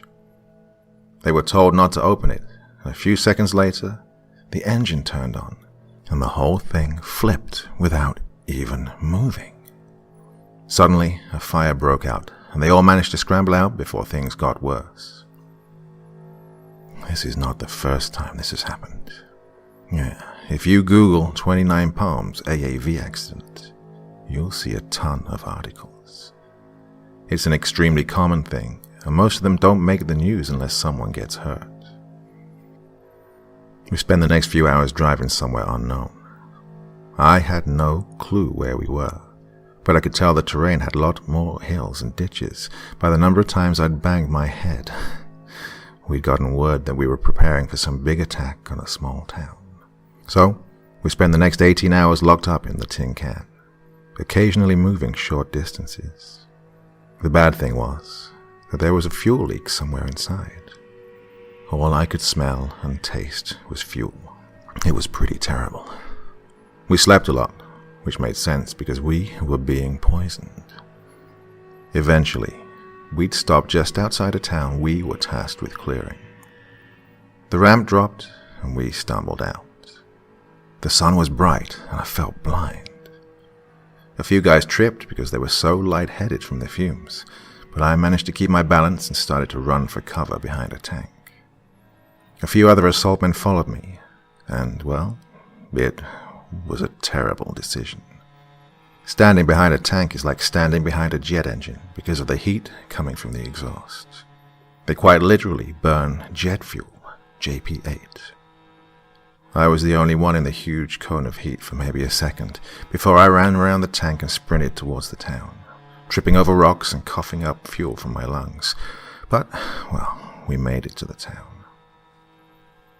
Pretty soon, we discovered it was completely empty. Turns out that our enemy had been completely taken out by artillery and aerial assets. Well, notionally, of course. We spent most of the day airing out our lungs and appreciating the sunlight before we got back into the Amtraks and drove to a seemingly empty spot in the desert. As soon as we stepped out, we noticed that things had started to randomly catch on fire. No, this wasn't hell or anything crazy. We'd stumbled upon an area where the white phosphorus shells had been dropped. Being Marines, we were amused by the glorious fire rocks and began to kick them at people before we got yelled at. We were told the trucks would come before the sun went down, but we didn't make it back to base until around midnight. We spent all Friday cleaning our weapons, and we didn't get off until 6 p.m. A friend and I decided that we were going to go to Las Vegas and celebrate modern civilization. To get there, we took the notorious Amboy road. Well, I've driven it many times before, but to those who don't know about Amboy, it's a 2-lane highway that cuts across the middle of the desert. You get the feeling that you are quite literally in the middle of nowhere. There's no cell phone signal for most of the drive. If you crashed, it would likely be an hour or two before an ambulance could get to you. There are plenty of stories about satanic cult members laying down in the road or staging accidents to stop drivers. They ambushed the unsuspecting Good Samaritans, and they're never seen again. The golden rule of this road is pretty much that you should never stop. If you see someone on the road, just keep driving. Now that I think about it, there's probably a good reason that I never see any truckers or cops on this road. Anyway, the ride to Vegas from base takes about 3 hours. We hit the road pretty late, and it was particularly windy. Visibility was shit due to the sand blowing all about. I had the great idea of drinking tequila in the passenger seat to make time go by faster. We were about halfway there when my bladder decided that it didn't care about satanic cults, and we had to absolutely stop. We pulled off onto the soft sand, and I opened the door to get out. It was a pretty cloudy night, so there was absolutely zero ambient light. I could see a few feet in front of me because of the car's headlights, but even those were dimmed by the blowing sand. With my eyes half open, I saw something dark dash in the corner of my eye, followed by a yelp and a torrent of curses from my friend. I quickly stumbled back towards the car and saw my friend on the ground, face first, with something biting his leg violently. All I could see was an extremely dark, lumpy shape. It was like someone had sewed a bunch of different parts of mangy animals together. I froze in fear, unable to make a decision. Before I could move, the thing looked at me with eyes that glowed faintly red and took off down the road. All of this happened in maybe 15 seconds. I got my friend in the back seat and inspected his wound. The only way I could describe the bite, Mark, is that it was the size of a human's bite, but with pointed teeth that were spaced apart. It was bleeding pretty badly, so I did what any Marine is taught. I took off my belt and placed it a few inches above the wound to make a makeshift tourniquet. Then I wrapped it in my t-shirt, elevated it, and hoped for the best. He obviously couldn't drive, and I figured I was sober enough to drive the straightest highway in the world. Well, I'm usually extremely against drunk driving, but I wasn't staying around to play with whatever was out there. I helped him hop his way over to the passenger seat and ran back to the driver's seat. Maybe it was the adrenaline or the tequila, but I was scared as hell. I could barely hold on to the steering wheel because my hands were shaking so badly. I tried to throw in some shitty jokes to lighten the mood, but they were more for myself than for him. At first, I cruised along at a mere 70 miles an hour. That's about 112 kilometers an hour, just to play it safe. But pretty soon, my friend started to quite literally scream in pain. The way he described it was, 1,000,000 daggers flowing through my fucking bloodstream. I sped up after that and watched the ETA drop slowly on the GPS. My friend was in complete agony the entire time, but I honestly couldn't do a thing for him.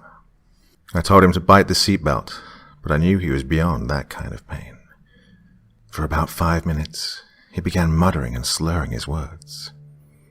It then progressed to something completely incomprehensible.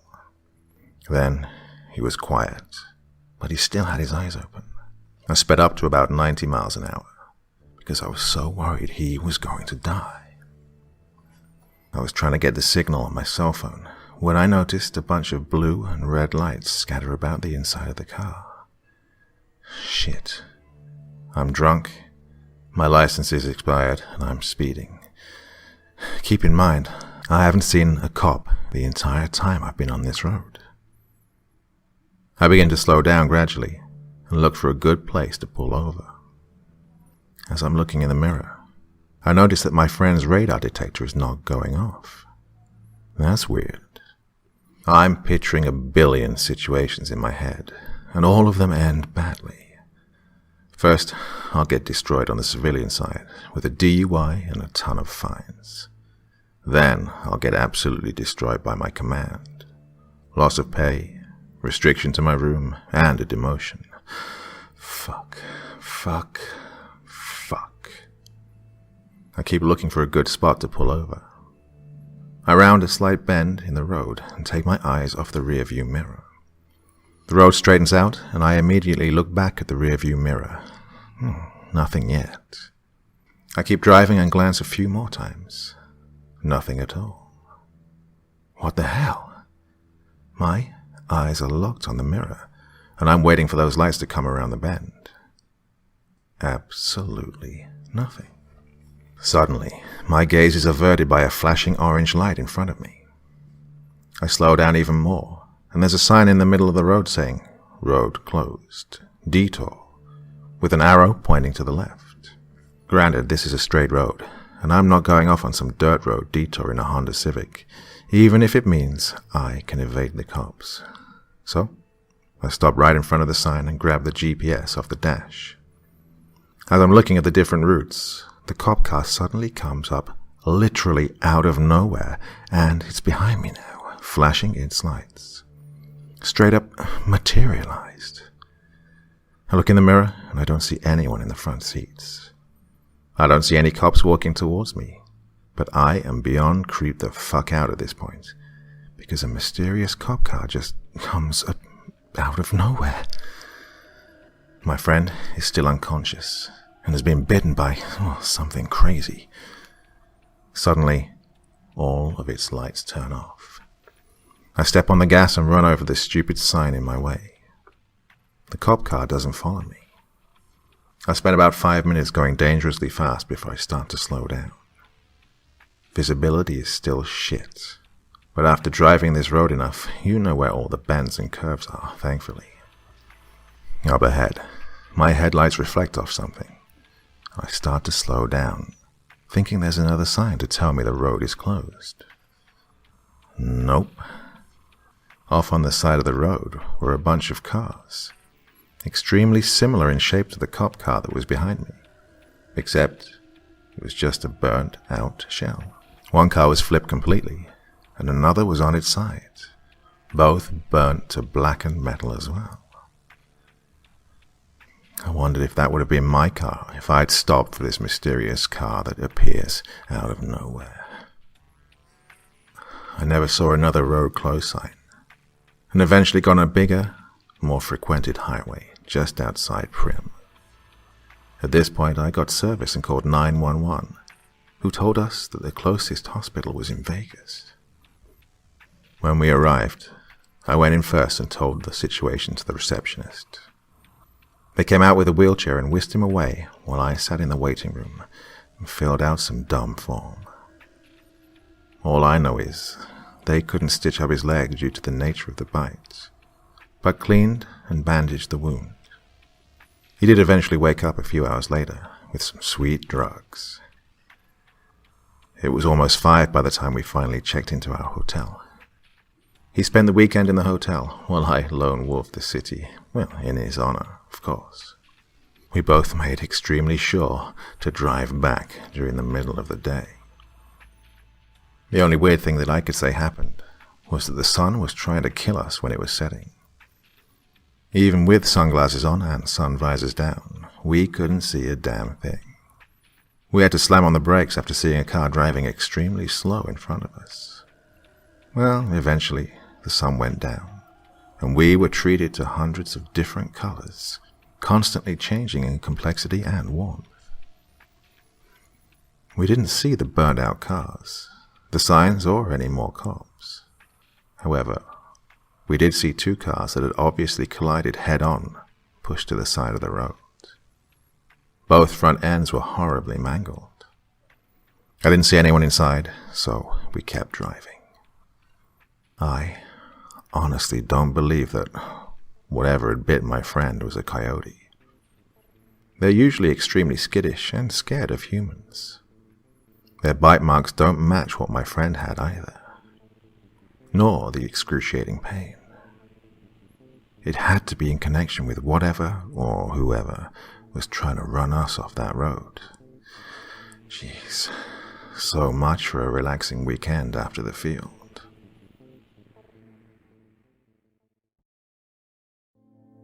Well, I'm going to take a break from chronological order, briefly talk about something more recent. I happened to be going to another ghost town, also known as MOUT towns. This one was much smaller, and not that far from the base. There were maybe 8 buildings in total, and they varied from single-story to 3-story buildings. We spent all day hiking to this town. It was just about late afternoon when we finally sat our packs down in the buildings. The bone-chilling wind decided to pick up, and the temperatures hovered around freezing as the sun slowly disappeared. We spent the next 5 hours practicing various skills in an urban environment, clearing rooms, detainee handling, throwing frag grenades, and so on. It got old pretty fast, considering I've been doing this for years now. Around 10 p.m., we were given the go-ahead to go indoors, away from the wind, and get some damn sleep in our warm sleeping bags. I took the first watch because I like to get a good block of sleep in. After an hour, I woke up the next guy and I went to sleep. I was asleep for maybe 30 minutes before I was woken up with a nudge. I groggily emerged from my bag and noticed it was one of the newer guys who I'd just woken up for watch. He'd only been here for maybe a month or two. My first words, understandably, were, "Gee, what the fuck do you want?" "Well, yeah, spit it out." "For the last 10 minutes, I kept seeing these 2 yellow dots across the street, in the window." "Okay." "I was staring at them for a while, and I heard what sounded like you call me over, except that, well, you were in your sleeping bag." Absolutely pissed beyond belief, I put my boots on, grabbed my rifle, and stormed across the street. I went to the open door, and it was locked. Now, these doors don't have any locks for safety reasons, so they must have barricaded the door or tied it. I went around back and tried the other door. Locked. Got it. Whoever was in there was a fucking dick for scaring the new guys, well, and waking me up. As I was walking back across the street, I heard a, "Where are you going?" But it definitely wasn't another Marine. The hairs on the back of my neck stood up, and I stopped dead in my tracks. The voice was a kind of mix between a whisper and, well, it carried an icy, mocking tone with it. Yeah, fuck that shit. I'm going back indoors. I locked eyes with the guy who woke me up, and we both understood what the hell just went down. I told him to wake up the next guy in a few minutes and go back to sleep. I got back into my sleeping bag and drifted off to sleep as I tried to burn all of the details into my memory. Well, for you guys, of course. I didn't get woken up again until the sun rose. The wind seemed even fiercer, and it was still ungodly cold. But we were indoors, luckily, and the sun was rising. Not bad. Pretty soon, we got word that we all had to move our packs and go about 100 meters from the town. A few guys complained and griped, but we did as we were told. I was equally curious as to why we had to move our packs outdoors. The scuttlebutt was that a few guys, including the commanding officer, had some weird experiences in one of the buildings during the night. All of them refused to sleep in the same building ever again. I drifted around while everyone was shaving and eating breakfast to see if I could shed some more light on this sudden exodus from the town. I found one of the guys that had been in the building pretty quickly and asked him what he'd seen. Basically, the night started out with all the guys huddled around listening to my stories on YouTube so they could scare the newer guys. Then, a few hours later, a few of them started having crazy nightmares about being in the town and some creature with cat-like eyes tearing them apart. Except they were the kind of dreams that never ended. You woke up from one and you're in another. They said they never knew if they were in the real world or not. The guy on watch tried waking them up, but they just continued to breathe heavily, to sob, whimper, and fidget. And when they woke up, they were terrified, and the message was clear. Get the fuck out. I didn't really know what to make of it all, but I told them to quit listening to my damn stories. Well, not here, at least. I'm assuming that this thing was in the building across from mine, but later messed with the other building for God knows what reason. We continued on with our day, and it was packed to the brim with training. During one of our few breaks, I decided to venture to the building that they were all staying in the night before. I had a few guys come with me, just in case, and it was pretty basic. A few chairs, a desk, and a filing cabinet. I saw that there was a rug on the ground, and kicked it on a pure whim. I laughed when I saw the trap door. I opened it and looked down, but didn't see anything unusual. I decided just to take a few pictures and move on. There was a weird painting on the wall. Well, it may be a falafel menu or some weird voodoo shit. Any ideas are welcome. The rest of the day was pretty uneventful. We continued on into the night with our classes and training. It was all mostly a blur. I'd gotten back into my sleeping bag and uploaded the picture of the trapdoor on Twitter, and then went to sleep. Around 3 a.m., I was woken up for watch, and put on just about every warming layer I own because of the wind. It was a pretty dark night due to all of the clouds hiding the moon, but I could still see the outline of various bushes and shrubs on the skyline. I walked around a bit to keep warm. I turned my back towards the empty desert, away from the wind. I thought of how nice it would be to get back into my sleeping bag.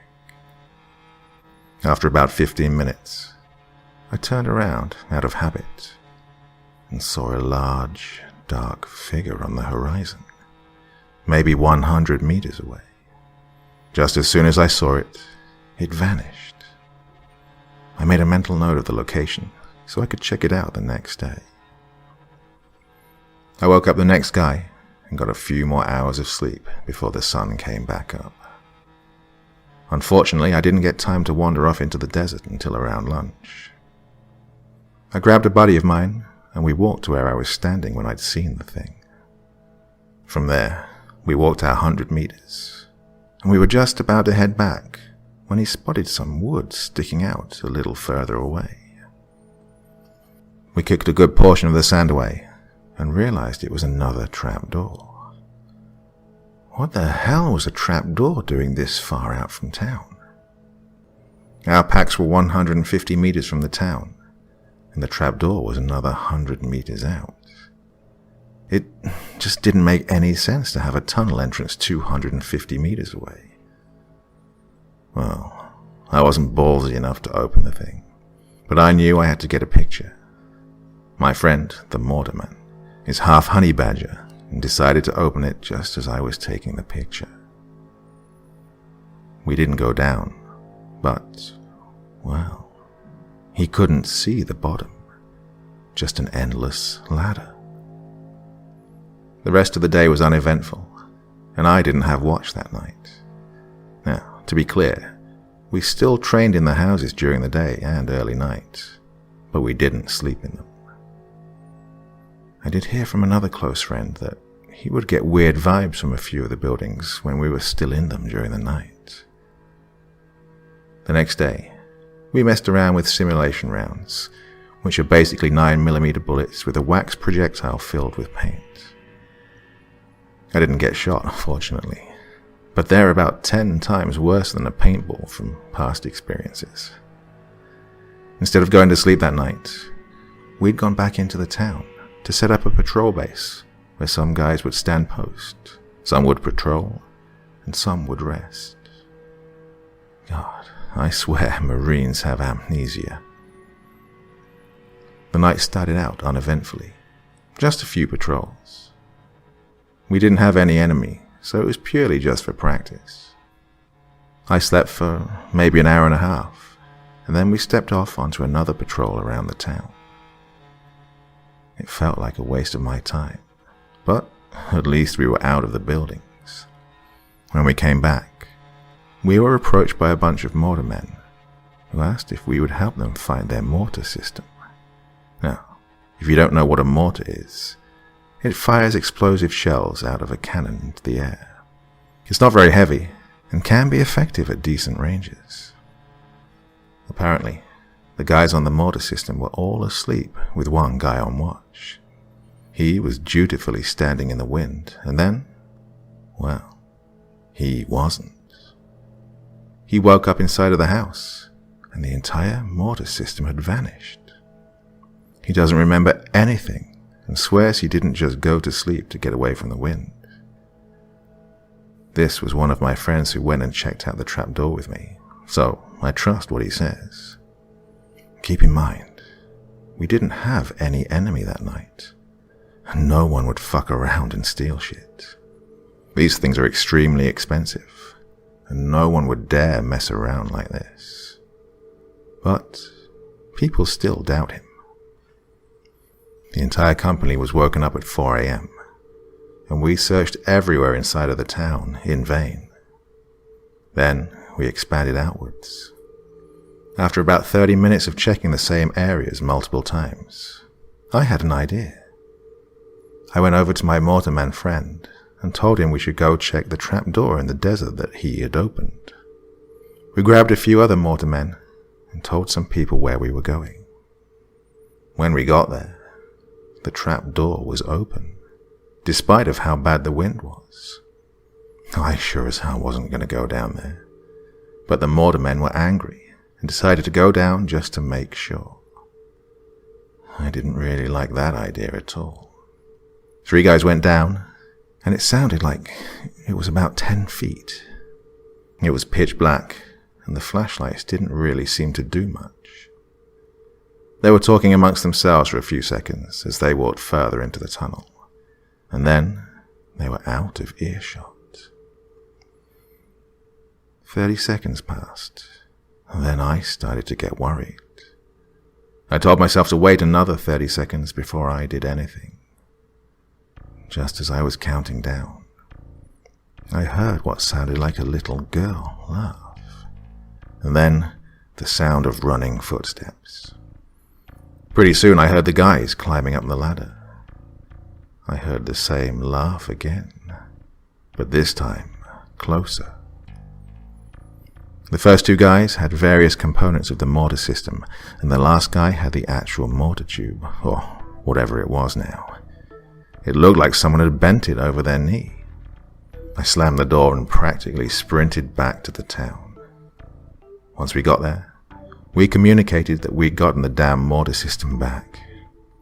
The guys that went down had some explaining to do to the officers, but I'm sure they understood. I went back to sleep for a few more hours until the sun came up, and we were woken up for our safety brief.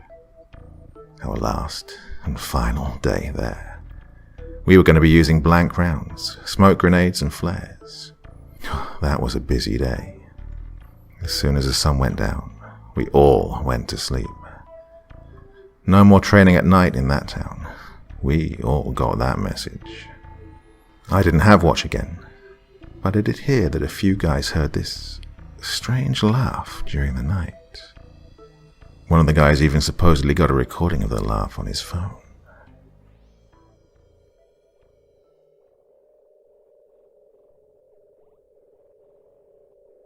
Well, it's been a while since I've been able to update.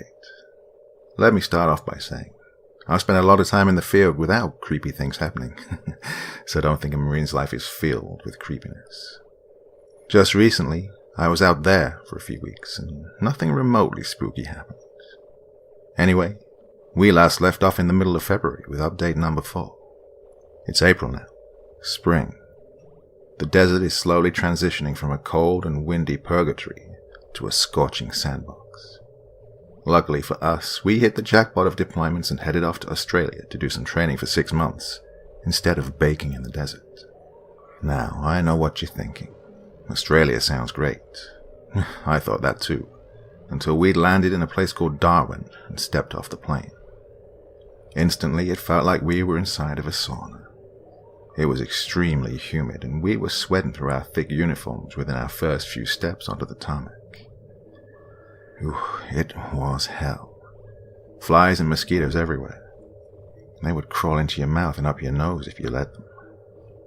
It seemed like they weren't the only ones with a death wish in this tropical prison. For the first month, we did our little dog and pony show to impress the Australian Army. We worked out twice a day and told them all how cool we were. The food they fed us was always some kind of stew made from yesterday's leftovers. Yep, that got old real quick. Being Americans, we quickly found the nearest fast food restaurant and supplier of 2 liters so we could stock up on calories before the field. We really didn't know what to expect before our first field op. All we knew was that we would head into the thick brush hundreds of kilometers from civilization and expect to be killed by 20 different animals by the first night, if we were lucky. That's not an exaggeration by any means. There's this plant called the Jimpy, aka the suicide plant, because the pain from its sting is so intense and long-lasting that most people and animals just kill themselves. Also, there's a virus in the dirt known as the Vietnam time bomb.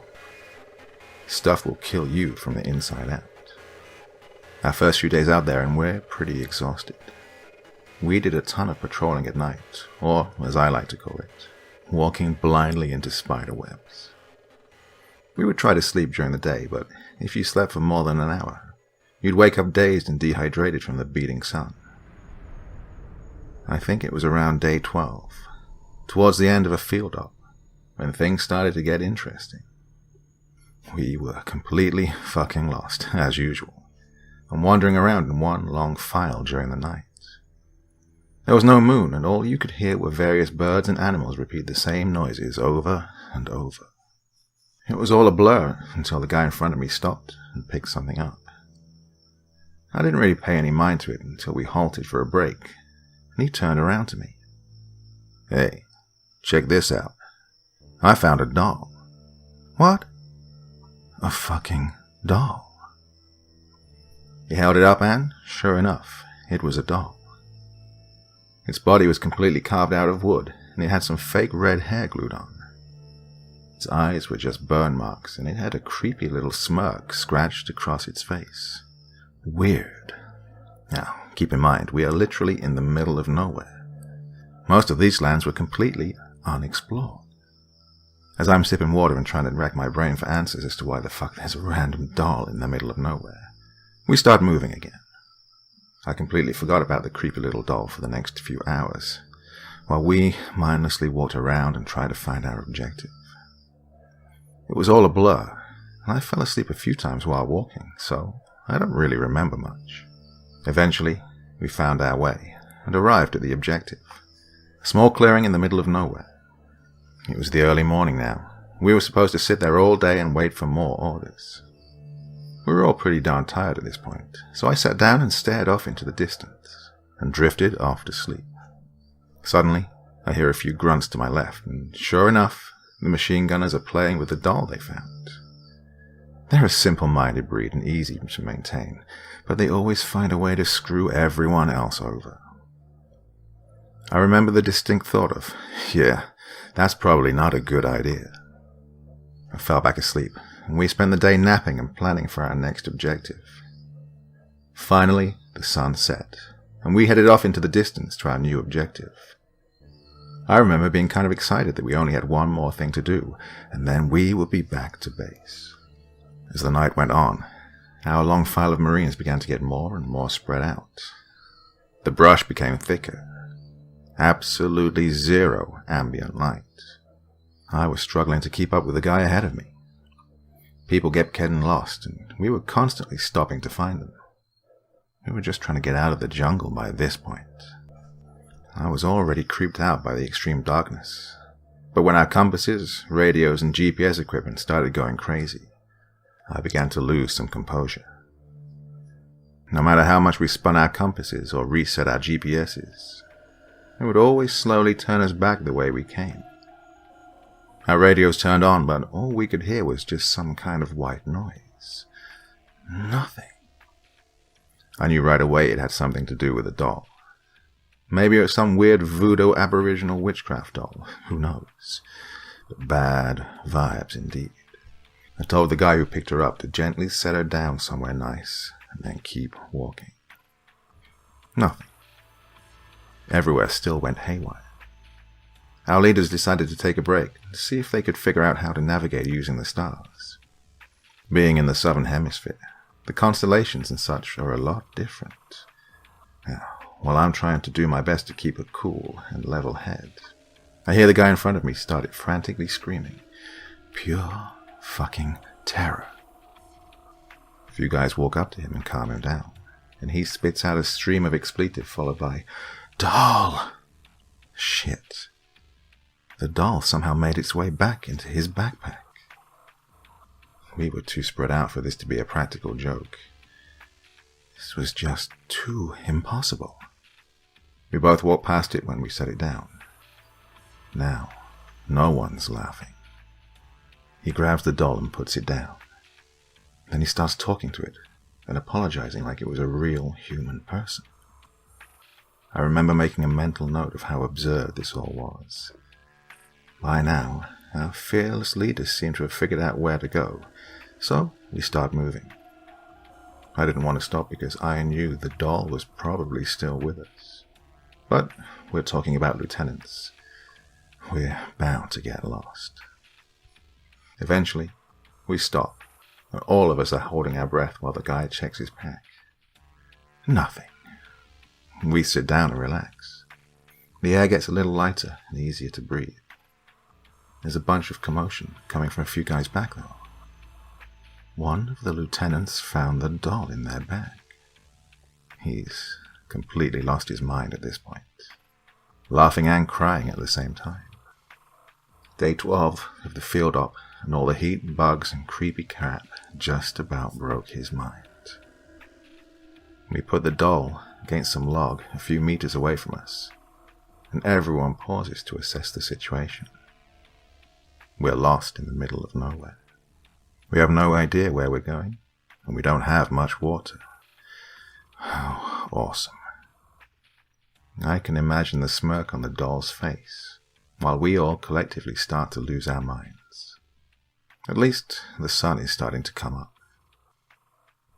The next 30 minutes, we try to confirm our last known location and get a general idea of where we are. But the doll isn't done with us just yet. Suddenly, we start to smell smoke. Off in the distant tree line, we see a blazing fire and we pick up. Someone grabs the ineffective lieutenant, and we head away from the fire into the opposite direction. Sure enough, it's coming from that way too. We keep trying to find a way out, until we realize we're walking in circles. Fire is everywhere. In the face of imminent death, sit down and take cool pictures and hope someone finds them in the aftermath. I was never really a believer in any kind of higher being, and I'm still not. I guess we just got extremely lucky. We heard a helicopter fly overhead, and I'm assuming they realized we were lost after we hadn't checked in for a super long time. The pilot made an amazing landing between some trees and began ferrying us out to a clearing a few 100 feet away. We made a conscious effort to leave that damn doll behind in the flames. However, my troubles were not all behind me. Guess what we found when we got back?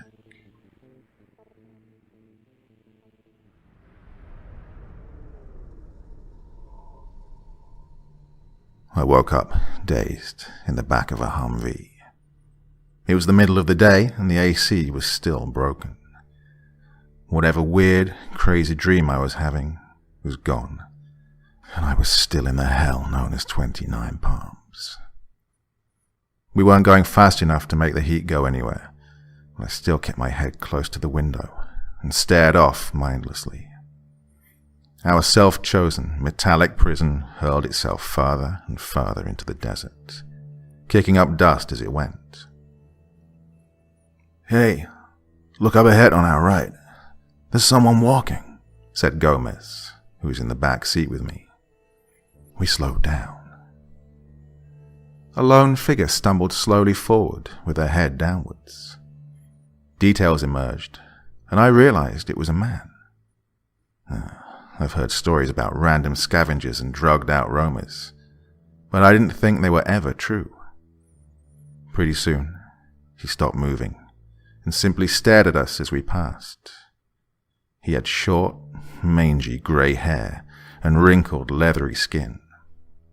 Somewhere in the depths of his dark eye sockets, there might have been eyes, but I didn't see them. He wore a ragged black shirt and old shorts. All he did was stare at us as we passed, without emotion or gesture. A few guys joked around, but I think we were all a bit nervous of who the hell that was. After an hour or so, we arrived at our destination and began to set up a complex defense on a flat piece of land. By the time 2 a.m. came around, we'd finished building our defensive perimeter. Machine guns and mortars were dug in, and we had tanks off to our flanks. I thought for a second, no one is taking our flat piece of land. And just as I thought that, the wind picked up and blew sand into my face. I took the first hour of watch while the other 2 guys slept for a bit. There probably wasn't going to be anyone attacking us tonight, but good habits win wars, or something like that. After an hour of being blasted by the sand, I emerged from my hole to wake the next guy up. I found one guy, but I didn't see the other. He was probably behind a rock or dune or something. I woke up the one guy I saw, and he grudgingly put his gear on. He probably knows where the other guy is. So, I got inside my sleeping bag and fell asleep instantly. Pretty soon, someone was shaking me awake. I checked my watch and realized I'd only been asleep for an hour. What the hell are you waking me up for? Go wake up Gomez. Man, I can't fucking find him. I've been looking for him for 10 minutes. He's not here. Fucking boot. I get out of my sleeping bag and begin getting dressed. Gomez couldn't have gone very far. I spent about 5 minutes checking the surrounding dunes of sand for him and came up with nothing. I checked his bag, and his sleeping bag was definitely gone. So, he was somewhere. Pretty soon, everyone was awake, and we were in one big line combing the desert for this guy in the early morning light. We'd gone about 1 kilometer from our original spot, and people began to just believe that he'd run away at this point. We went a little further, where there was a small mountainside that we grudgingly climbed. When we got to the top, people jokingly checked under each and every rock. "Hey Gomez, are you under here?" As some lance corporal lifted up a small boulder. Well, he wasn't under any of them. As we were coming down the other side of it, we noticed there was a small opening in one of the rock faces that resembled a very old mine shaft entrance. Most of the old mines had been barred up, but this one wasn't for some reason. We made a quick decision that a handful of us would quickly check the place out while the other Marines headed back. Just to be sure, right? I was the first one in. It was definitely a very old mine shaft. Whatever wood that was left was rotting into dust. That gave me anxiety, but we crept forward slowly with our lights as bright as possible. As I creeped farther and farther into the cave, I noticed it was a lot cooler inside, which was nice, but it gave me a strange vibe. Eventually, we got to a split in the cave. 2 of us went left, and 2 of us went right. Typical horror situation, yeah? Well, I ended up going right, and was quickly disappointed with a dead end, maybe 15 meters in. As I was walking back, I heard some cursing and people struggling about on the left side of the cave. One Marine was on the ground, unconscious, and Gomez, our Houdini of a Marine, was on top of the other one. He was in a fully primal fight-or-flight mode. I got there just in time, as Gomez picked up a rock to smash the other guy's head in. He just wouldn't snap out of it. Not the Gomez we knew anymore.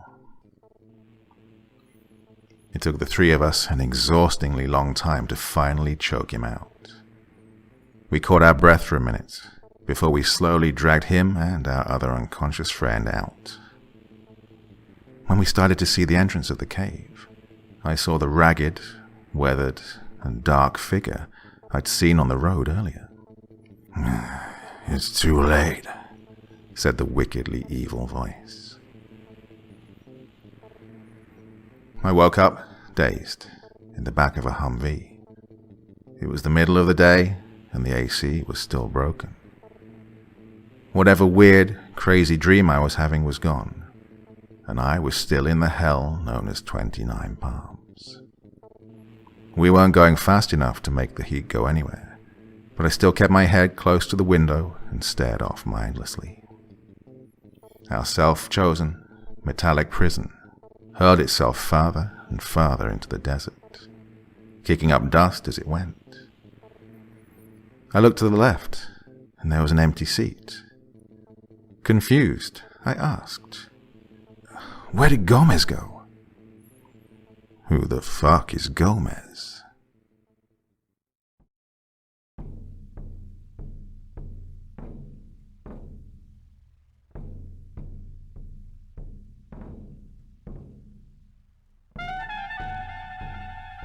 And so once again, we reach the end of tonight's podcast.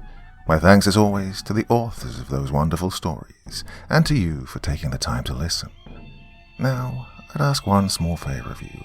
Wherever you get your podcast from, please write a few nice words and leave a 5-star review, as it really helps the podcast.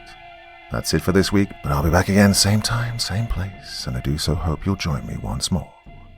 Until next time, sweet dreams and bye-bye.